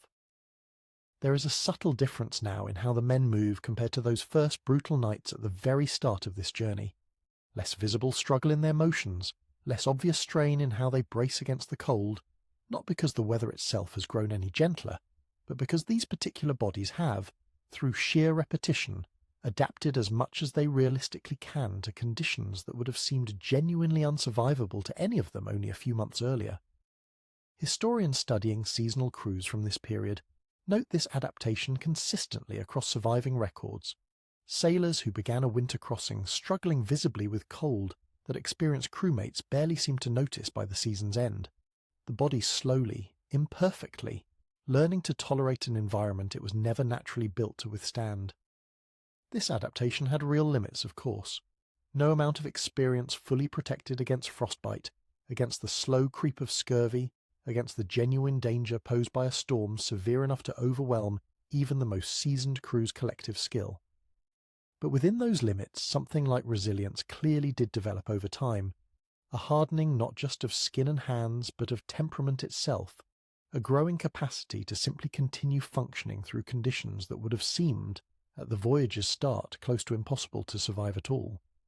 These were not exceptional men in any obvious sense, not soldiers trained for extreme conditions, not specialists selected for unusual physical resilience. They were, for the most part, entirely ordinary sailors, fishermen, and occasional criminals who had ended up aboard this particular ship through some combination of circumstance, desperation, and choice. And yet, faced with genuinely brutal conditions that offered very little margin for error, they adapted, endured, and largely survived night after freezing night, through nothing more remarkable than stubborn, incremental persistence. There is something worth sitting with in that thought, long after the specific historical details of pirate life have faded from memory. The particular hardship these men faced belongs distinctly to its own era, its own technology, its own set of circumstances that no longer exist in quite the same form. But the underlying pattern, ordinary people finding ways to endure conditions that seem, from the outside, nearly unsurvivable, repeats itself constantly throughout human history, in one form or another, across countless different settings and centuries. The specific cold of a medieval pirate ship is gone. The basic human capacity for quiet, unglamorous endurance clearly is not. It is worth pausing here to consider how the experience of a pirate crew during these harsh winter crossings actually compared to that of a properly commissioned naval crew working the same general waters during the same period. On the surface, the differences might seem substantial. Naval ships generally larger, better supplied, operating under stricter discipline and more consistent rationing than the often improvised, opportunistic pirate vessels working these same cold routes. In practice, though, surviving records suggest the actual physical experience of cold, exhaustion, and cramped, uncomfortable sleep differed far less between the two than popular imagination often assumes. Naval sailors of this period endured largely the same fragmented sleep schedules, the same crowded hammock arrangements, the same constant battle against ice forming on rigging and frost creeping into every exposed surface. What differed more meaningfully was the surrounding structure, naval crews generally benefiting from more consistent supply lines, clearer chains of command, and at least the theoretical promise of eventual pay and support from whatever nation or company had commissioned the voyage. Pirate crews operated with none of these institutional supports, relying entirely on whatever they could steal, trade, or scavenge, with survival depending far more heavily on the immediate skill and cooperation of the specific crew aboard any given ship. This difference shows up clearly in surviving accounts describing crew loyalty and cohesion. Naval crews, bound by formal discipline and clear hierarchy, maintained order partly through the threat of punishment. Pirate crews, lacking that same institutional backing, depended far more heavily on genuine mutual trust and cooperation simply to survive, since a crew that turned on itself during a harsh winter crossing faced consequences considerably more immediate and severe than any naval crew operating with proper supply lines and eventual safe harbour guaranteed by their commission. This particular kind of cooperation, born more from necessity than from any imposed discipline, represents one of the more genuinely interesting aspects of pirate life during this period, a rough, practical solidarity that formed not because anyone demanded it, but because the alternative, in weather this unforgiving, was simply unsurvivable. A quieter, related historical debate concerns exactly how democratic pirate crews of this era actually were in practice, compared to the more romanticised egalitarian image that later popular culture would eventually attach to piracy more broadly. Some surviving ship articles, informal contracts, crews sometimes drew up among themselves, describe genuinely more equitable distribution of both hardship and reward compared to naval vessels. Decisions about course and strategy occasionally put to some form of crew vote.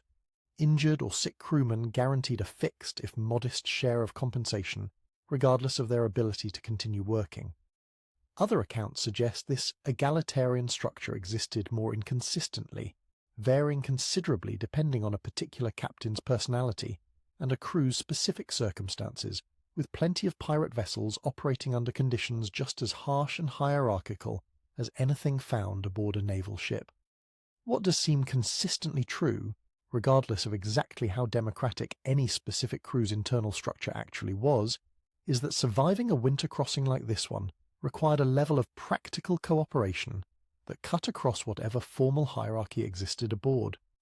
Cold, in the end, did not particularly care about rank or reputation.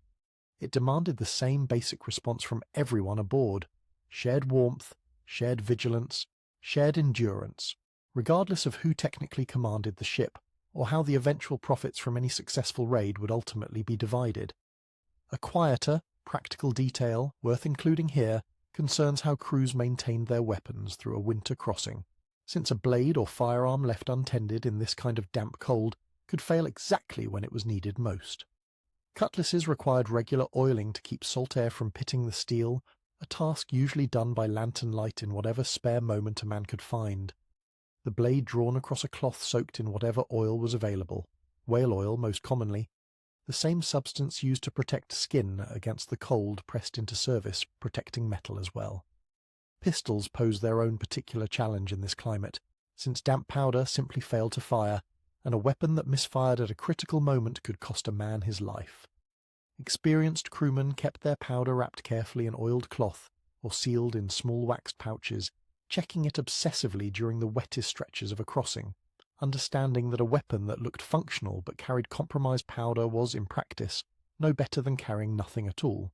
This constant, careful attention to equipment maintenance ran alongside everything else described so far, one more quiet thread in the larger pattern of small, unglamorous vigilance that kept a crew like this one functioning through conditions that offered very little margin for carelessness.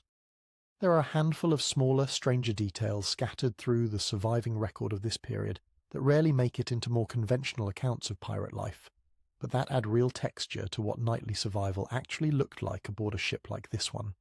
Sailors of this era, for instance, commonly believed that whistling aboard ship after dark could summon a storm, a superstition serious enough that crews would quietly silence anyone caught doing it absent-mindedly, regardless of how harmless the habit seemed on the surface. An accidental tune drifting across the deck late at night must have been followed by a quiet, immediate hush, crewmates exchanging uneasy glances until the offending sailor caught himself and stopped.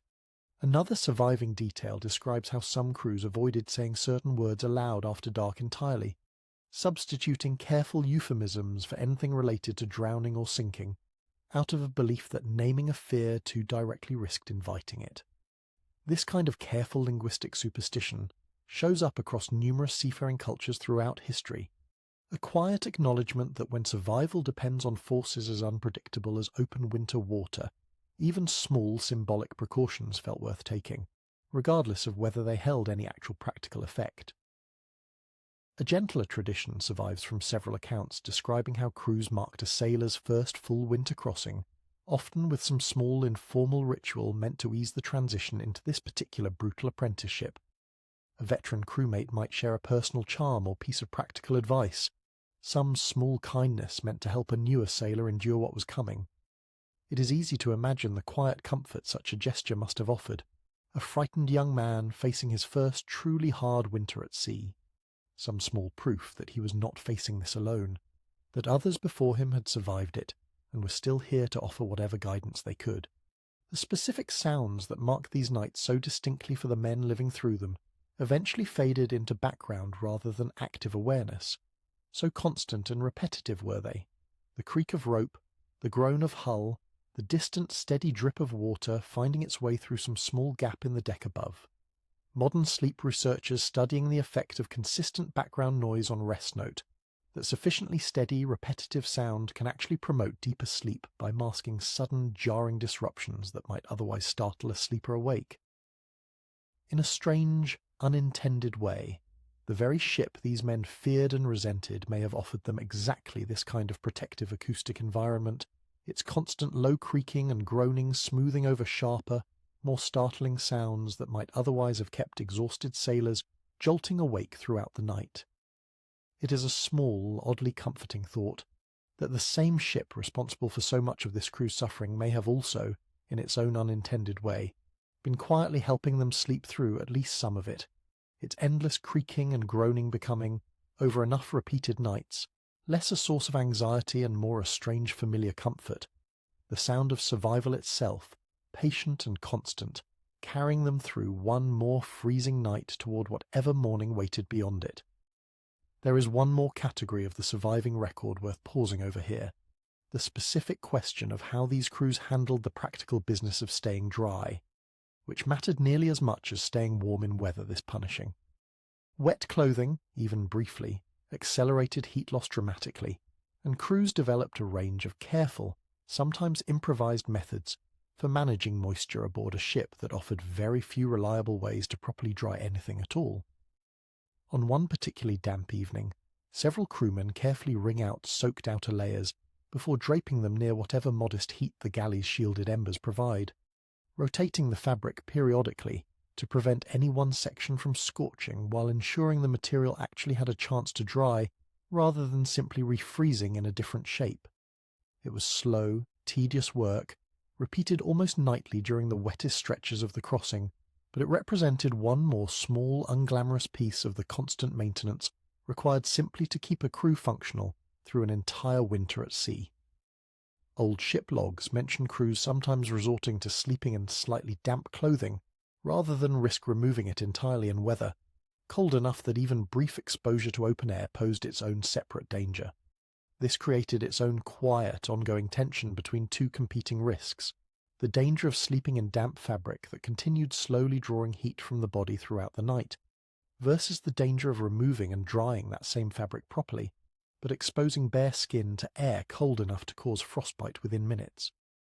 Crews developed their own informal calculus for managing this trade-off, factors like how severe the current cold actually was, how much spare dry clothing remained available, and simple individual tolerance all factoring into the decision on any given night. A related detail, easy to overlook, involves the particular challenge posed by boots in weather this harsh. Leather that had been soaked through during a day's work on deck would often freeze rigid overnight, becoming nearly impossible to properly put back on the following morning without some careful, patient effort to soften it again first.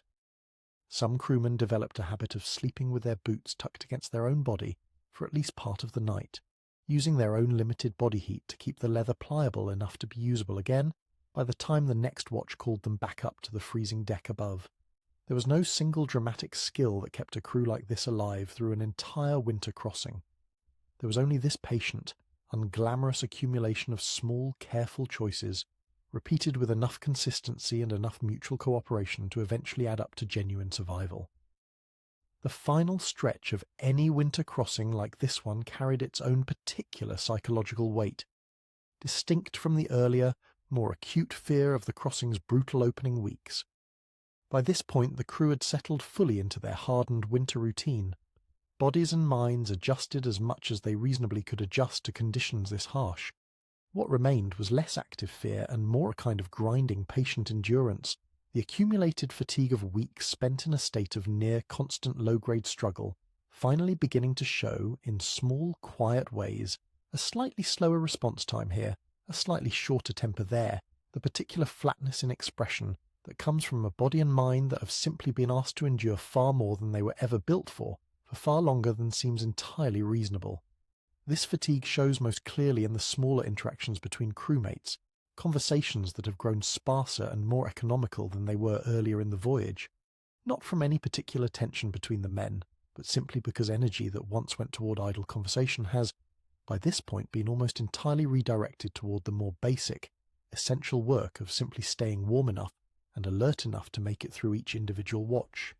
Even the storytelling and quiet humour that helped carry the crew through the crossing's earlier, harder stretches has grown noticeably quieter, not absent exactly, but rationed more carefully, saved for moments when it genuinely helps, rather than offered freely the way it once was.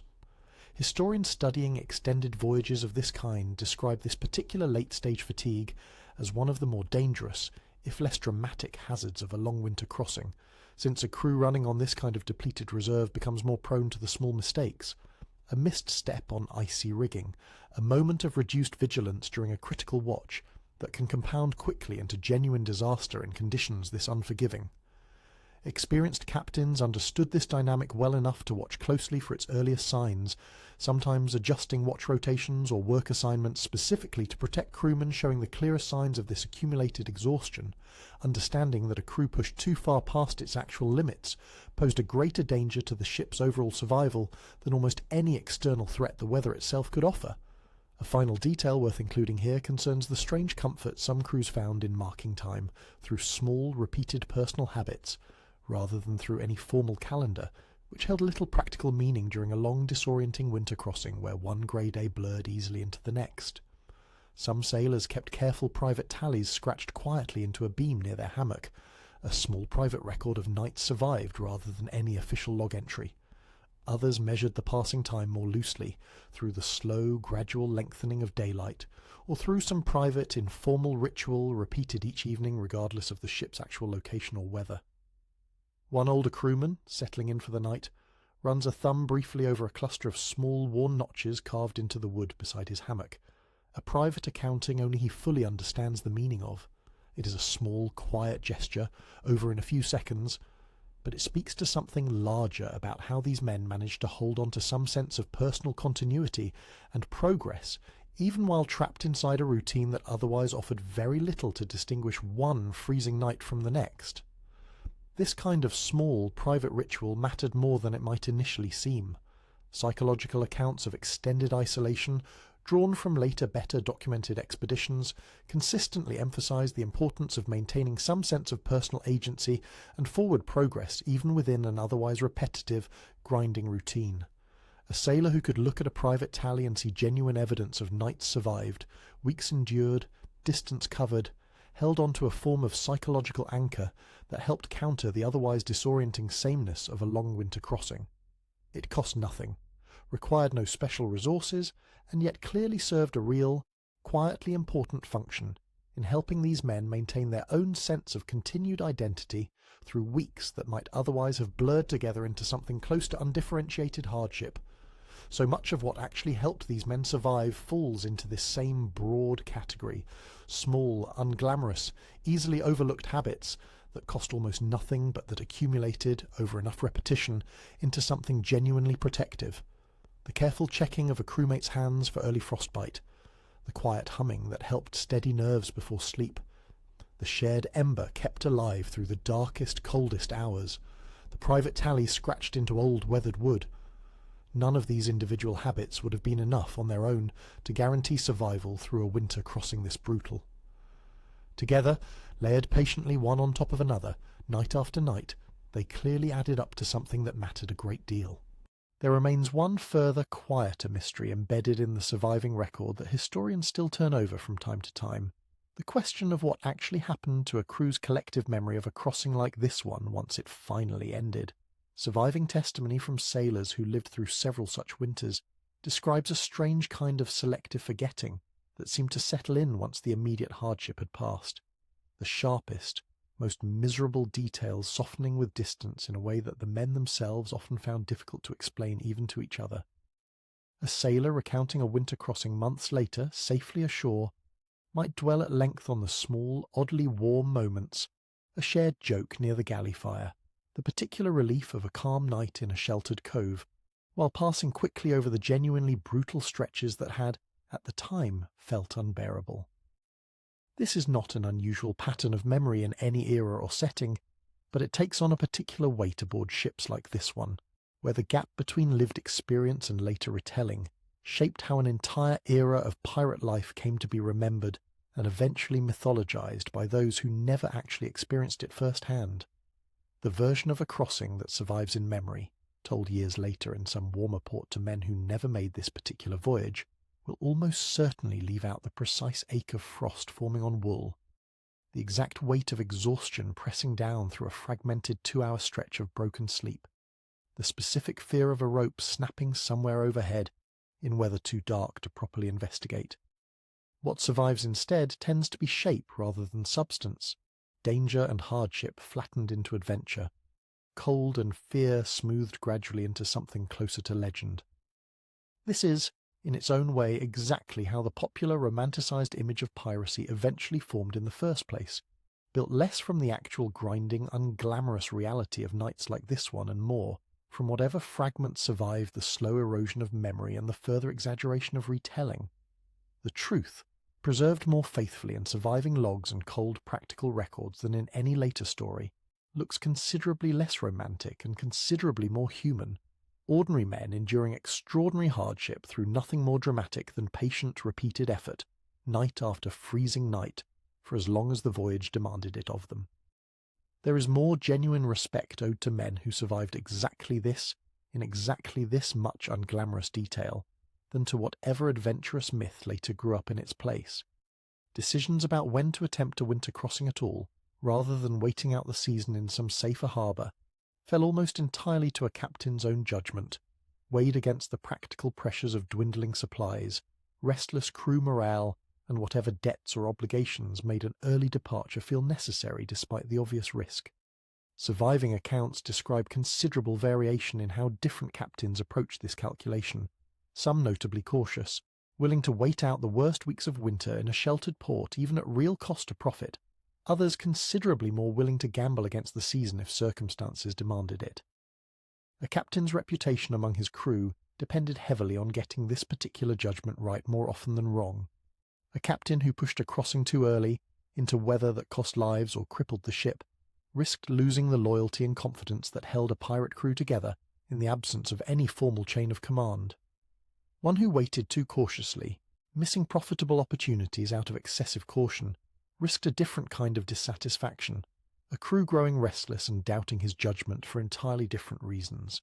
Threading this particular needle correctly, season after season, separated captains who lasted from those who did not. One last thread worth following before this story settles toward its close concerns the surprisingly wide range of ordinary background, rather than fearsome legend, most of these men actually carried with them onto a ship like this one. Surviving crew rosters and captured testimony from this period reveal former fishermen, displaced farmers, runaway apprentices, and more than a few men who had simply lost everything to debt or misfortune and found piracy the only remaining path towards some kind of survival. The fearsome reputation attached to pirates as a group obscures, more often than it reveals, just how ordinary and how varied the actual men living this life tended to be. Different paths brought each of them to this particular freezing deck. One man, perhaps, fleeing a debt he could never realistically repay on land. Another, a former fisherman whose small boat and livelihood had been destroyed in an earlier storm, left with genuinely few better options available. A third, younger, perhaps simply restless, drawn by rumour of adventure and reward that the actual daily reality of this life has since revealed to be considerably harder one than any story back home suggested. None of them chose this particular hardship out of any special taste for danger. Most of them chose it, in one form or another, because the alternatives available to them on land had already failed or fallen away entirely. This diversity of background carried a practical dimension too, since crews drawn from so many different regions and former trades rarely shared a single native language or dialect, particularly on ships that regularly absorbed sailors from captured vessels into their own ranks. Surviving accounts describe a rough, improvised common tongue developing aboard many pirate ships of this period, a working mixture of maritime terms, simplified grammar, and borrowed words from whichever languages happened to be most represented among the current crew, functional enough to coordinate sail changes and watch rotations, even if it would have sounded strange to a formal speaker of any single one of its component languages. This linguistic patchwork mirrored in its own way the patchwork clothing and mismatched equipment described earlier, everything aboard a ship like this one assembled from whatever pieces were available, rather than following any single coherent design. And yet it worked well enough night after night to keep a diverse and often disagreeable crew functioning as a single unit when survival demanded it. One more example of ordinary human adaptability quietly solving a problem that, on paper, might have seemed considerably more difficult than it apparently proved to be in practice. This ordinary human variety underneath the fearsome reputation matters because it reframes, in a small but meaningful way, exactly what this entire nightly ritual of survival actually represents. These were not hardened, unfeeling men uniquely built to withstand conditions that would break anyone else. They were, for the most part, entirely ordinary people, responding the same way most ordinary people eventually do, when placed inside circumstances demanding genuine endurance, adapting slowly, imperfectly, cooperating where cooperation offered the best chance of survival, finding whatever small comfort could be found in an environment that offered very little of it freely. There is a final practical detail worth including here, since it ties together so much of what this crew has managed across the whole of this crossing, the quiet, informal system of favour and debt that developed naturally among men sharing this kind of sustained hardship. A crewman who shared his blanket with a sick companion one night might, weeks later, find a slightly larger portion of stew quietly set aside for him, without either man ever discussing the exchange directly. Someone who covered an extra watch for an exhausted friend might later find his own boots dried and warmed near the galley fire before he even asked. None of this operated through any formal ledger or spoken agreement. It simply accumulated, gesture by small gesture, into a kind of informal economy of mutual care that helped hold this crew together through weeks that might otherwise have worn down even the most basic cooperation between them. It would be easy, looking back at a crossing like this one only through its harshest individual details, whale oil and cracked hands and men waking gasping from cold, to miss this quieter, steadier undercurrent running beneath all of it. An entire crew of otherwise ordinary, occasionally difficult men choosing night after night, in dozens of small, unremarkable ways, to look out for each other simply because the alternative, in conditions this unforgiving, offered no real chance of survival for anyone. This, more than any single dramatic detail of frost or storm or ration, might be the truest lesson buried inside this particular slice of history, that survival here depended less on individual toughness and more on this patient, accumulated, mostly unspoken practice of ordinary people quietly choosing to carry each other through the worst of it. It is worth returning briefly to a smaller, more physical question that shaped nearly everything else described so far, the actual mechanics of how a human body loses heat aboard a ship like this one, and why certain, seemingly small choices mattered so disproportionately to overall survival. Heat escapes the body primarily through direct contact with cold surfaces, through moving air stripping away warmth faster than still air ever could, and through the slow, steady radiation of warmth outward into any sufficiently colder surrounding environment. A ship like this one worked against a sleeping man on all three fronts simultaneously. Cold wood conducting heat, away through direct contact, persistent drafts multiplying that loss through constant air movement, and the sheer scale of open, largely unheated space around him, ensuring heat radiated outward with very little resistance. Understanding this, even without the formal vocabulary to describe it, shaped much of what these crews instinctively did right. Sleeping in tight clusters reduced radiant heat loss by keeping warm bodies close enough to share some of that escaping warmth with each other, rather than losing it entirely to open space. Layering clothing created small trapped pockets of still air that resisted convective heat loss far more effectively than any single thick garment could manage alone. Even something as simple as tucking boots against the body overnight reduced one more avenue of direct conductive heat loss through cold, frozen leather. None of these choices required formal scientific understanding. They emerged instead from generations of accumulated practical experience, passed down informally from experienced sailors to newer ones, refined slowly through nothing more sophisticated than trial, error, and the occasional hard lesson paid for in frostbitten fingers. There is something quietly impressive in how much of this entire crossing, in the end, comes down to exactly this kind of accumulated practical wisdom, refined slowly over generations of sailors who had no access to modern science, but who nonetheless arrived, through sheer patient observation and repeated experience, at solutions that later scientific understanding would eventually confirm as genuinely sound, ordinary, largely uneducated men working out, through nothing more than careful attention and hard-won experience, exactly the kinds of practical responses to extreme cold that would take formal science centuries longer to properly explain in its own more technical terms. One quieter question remains worth sitting with before this particular night finally closes, the matter of what these men actually believed waited for them. If anything, should the cold or the sea finally win one night instead of losing as it had every night before? Surviving testimony from this period suggests a wide, often contradictory range of belief among crews like this one, some genuinely devout despite their chosen profession, murmuring the same prayers to the same saints their families back on land would have recognized instantly.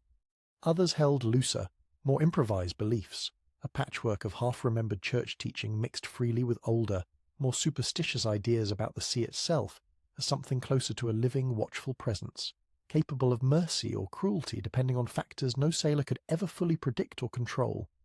This uncertainty, rather than undermining these men's endurance, may have actually helped sustain it in its own way. A crew convinced of nothing but random, meaningless danger might have struggled to find any reason to keep fighting through a hardship this relentless. A crew holding on to some version of belief, however loosely defined, in a larger order or purpose behind their suffering, carried with them a kind of quiet resource that pure physical toughness alone could never fully replace. Whatever any individual sailor privately believed waited beyond this particular cold, that belief clearly did some of the same work as the shared ember, the careful watch, the quiet exchange of small kindnesses, holding a fragile crew together through conditions that offered very little external reason for hope. The whole scattered constellation of small human details that carried this crew through the entirety of this crossing, prayer and superstition, and rum and rough humour, careful frostbite checks and private notch tallies scratched into old wood, a shared ember glowing faintly in its bowl of sand, a scarf wound twice around a cold throat against fears no modern person would recognize by name, comes together gradually into something that comes close to an answer. None of these details, on their own, explained fully how these men survived a winter this brutal. Together, accumulated patiently across weeks of shared hardship, they sketch something recognizable as ordinary human resourcefulness, stretched about as far as it can reasonably go, holding steady against a cold that never once agreed to make things easy. It is worth remembering, too, that this particular ship and this particular crew represent only one small, specific example, drawn from what was, across these northern winter routes, a far larger and more varied pattern repeated aboard countless similar vessels throughout this same general period. Different ships carried different captains, different crews, different specific combinations of hardship and small mercy. Yet the broad shape of this nightly survival, the layered clothing, the crowded hammocks, the careful rationing of rum and warmth, the shared vigilance against frostbite and fatigue, repeats itself with remarkable consistency across the surviving record. Whatever varied slightly from crew to crew, the underlying reality of simply surviving a winter crossing at sea during this period remained in its essential shape, largely the same brutal, patient negotiation with cold that this particular ship's crew has lived through across the whole of this story. So much has passed across the whole of this crossing, storms weathered, illness managed, small kindnesses exchanged, a brief warm respite ashore, the the constant grinding accumulation of frostbitten fingers and shared rum and careful, patient endurance. None of it resolved into anything as tidy as a clear victory over the cold. The cold, in the end, never really loses. It simply gets endured, night after night, by men who had very little choice but to keep enduring it, one careful breath at a time, until enough of those nights had passed that the voyage itself finally reached its end. There is, in this particular hour, a stillness that feels almost sacred compared to everything that came before it in this story, the wind finally settling into something closer to true quiet, the ship's usual constant creaking slowing to its softest, gentlest register, as if the vessel itself has finally decided to allow its exhausted crew this one uninterrupted stretch of genuine rest before duty calls them back again. Frost continues its patient work along every surface it can reach, but even that quiet, relentless process seems to move more gently now, less an active threat and more simply the natural texture of this particular cold world, settling in around men who have, through weeks of accumulated hardship, finally learned to sleep inside it rather than constantly fighting against it. The deck above has gone almost entirely still, frost thickening steadily along every rail and rope in the absence of any wind strong enough to disturb it. Below, the hammocks have settled into their slowest, calmest rhythm of the entire night, the earlier restlessness of exhausted, half-frozen men finally giving way to something closer to genuine, if brief, peace. A single lantern continues its patient low burn near the mast, its light thin but steady, keeping faithful watch over a crew that, for this one narrow window of time, has stopped fighting the cold quite so hard and simply allowed themselves, for a few hours at least, to rest inside it instead. The sheer distance between that first freezing night at the start of this story and this quiet, settled hour now drawing it slowly toward its close is difficult to measure in anything but night survived. So much has passed in between. None of it resolved into anything as tidy as a clear victory. The cold simply gets endured, one careful breath at a time, until enough of those nights add up to a full crossing behind a crew that had very little choice but to keep going. It is worth remembering finally that different ships carried different crews through this same basic pattern, across countless similar vessels working these same cold routes throughout this general period.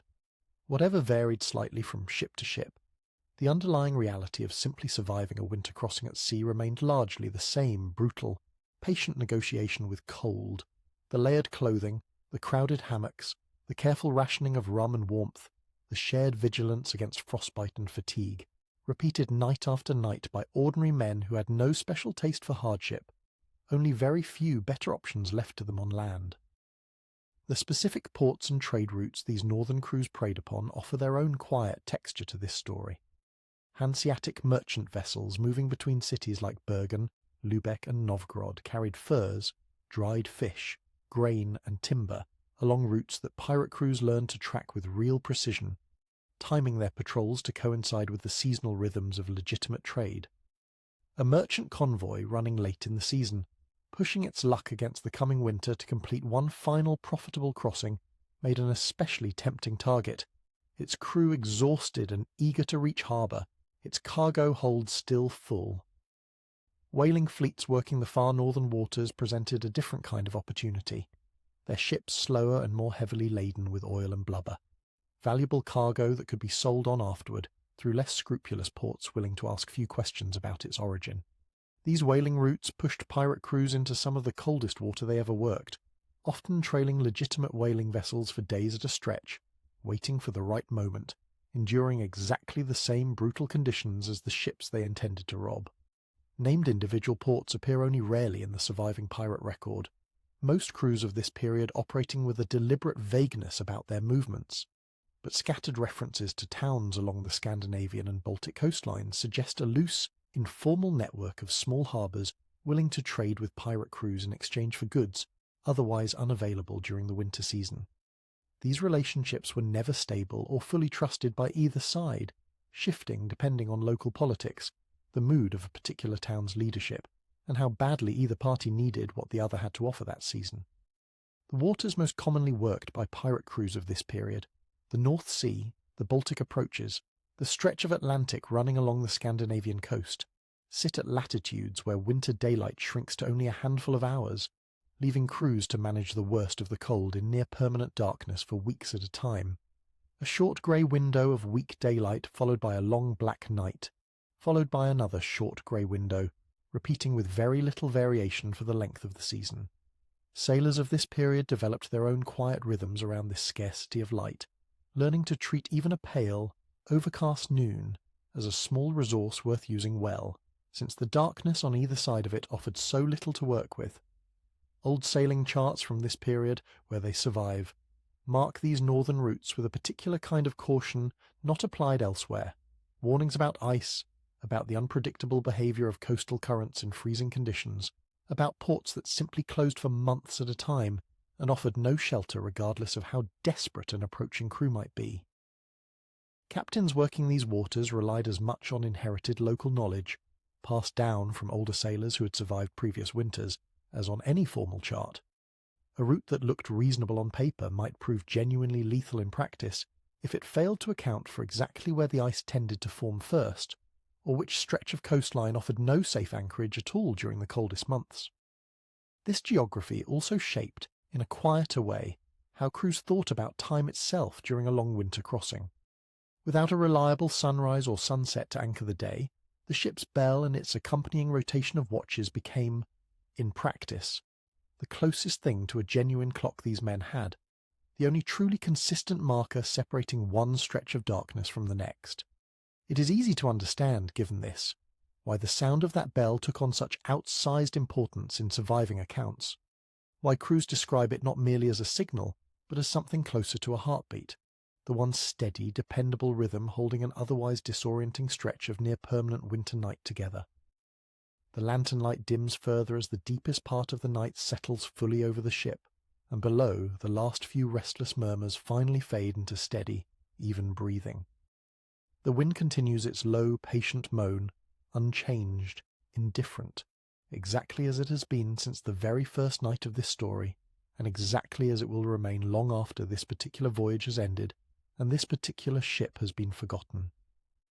Frost continues its slow, silent work along every rope and rail, glittering faintly wherever a trace of lantern light manages to reach it, and the sea beneath it all continues its endless, patient roll, carrying this small, fragile world of wood and rope and sleeping men wherever the wind decides to take them next.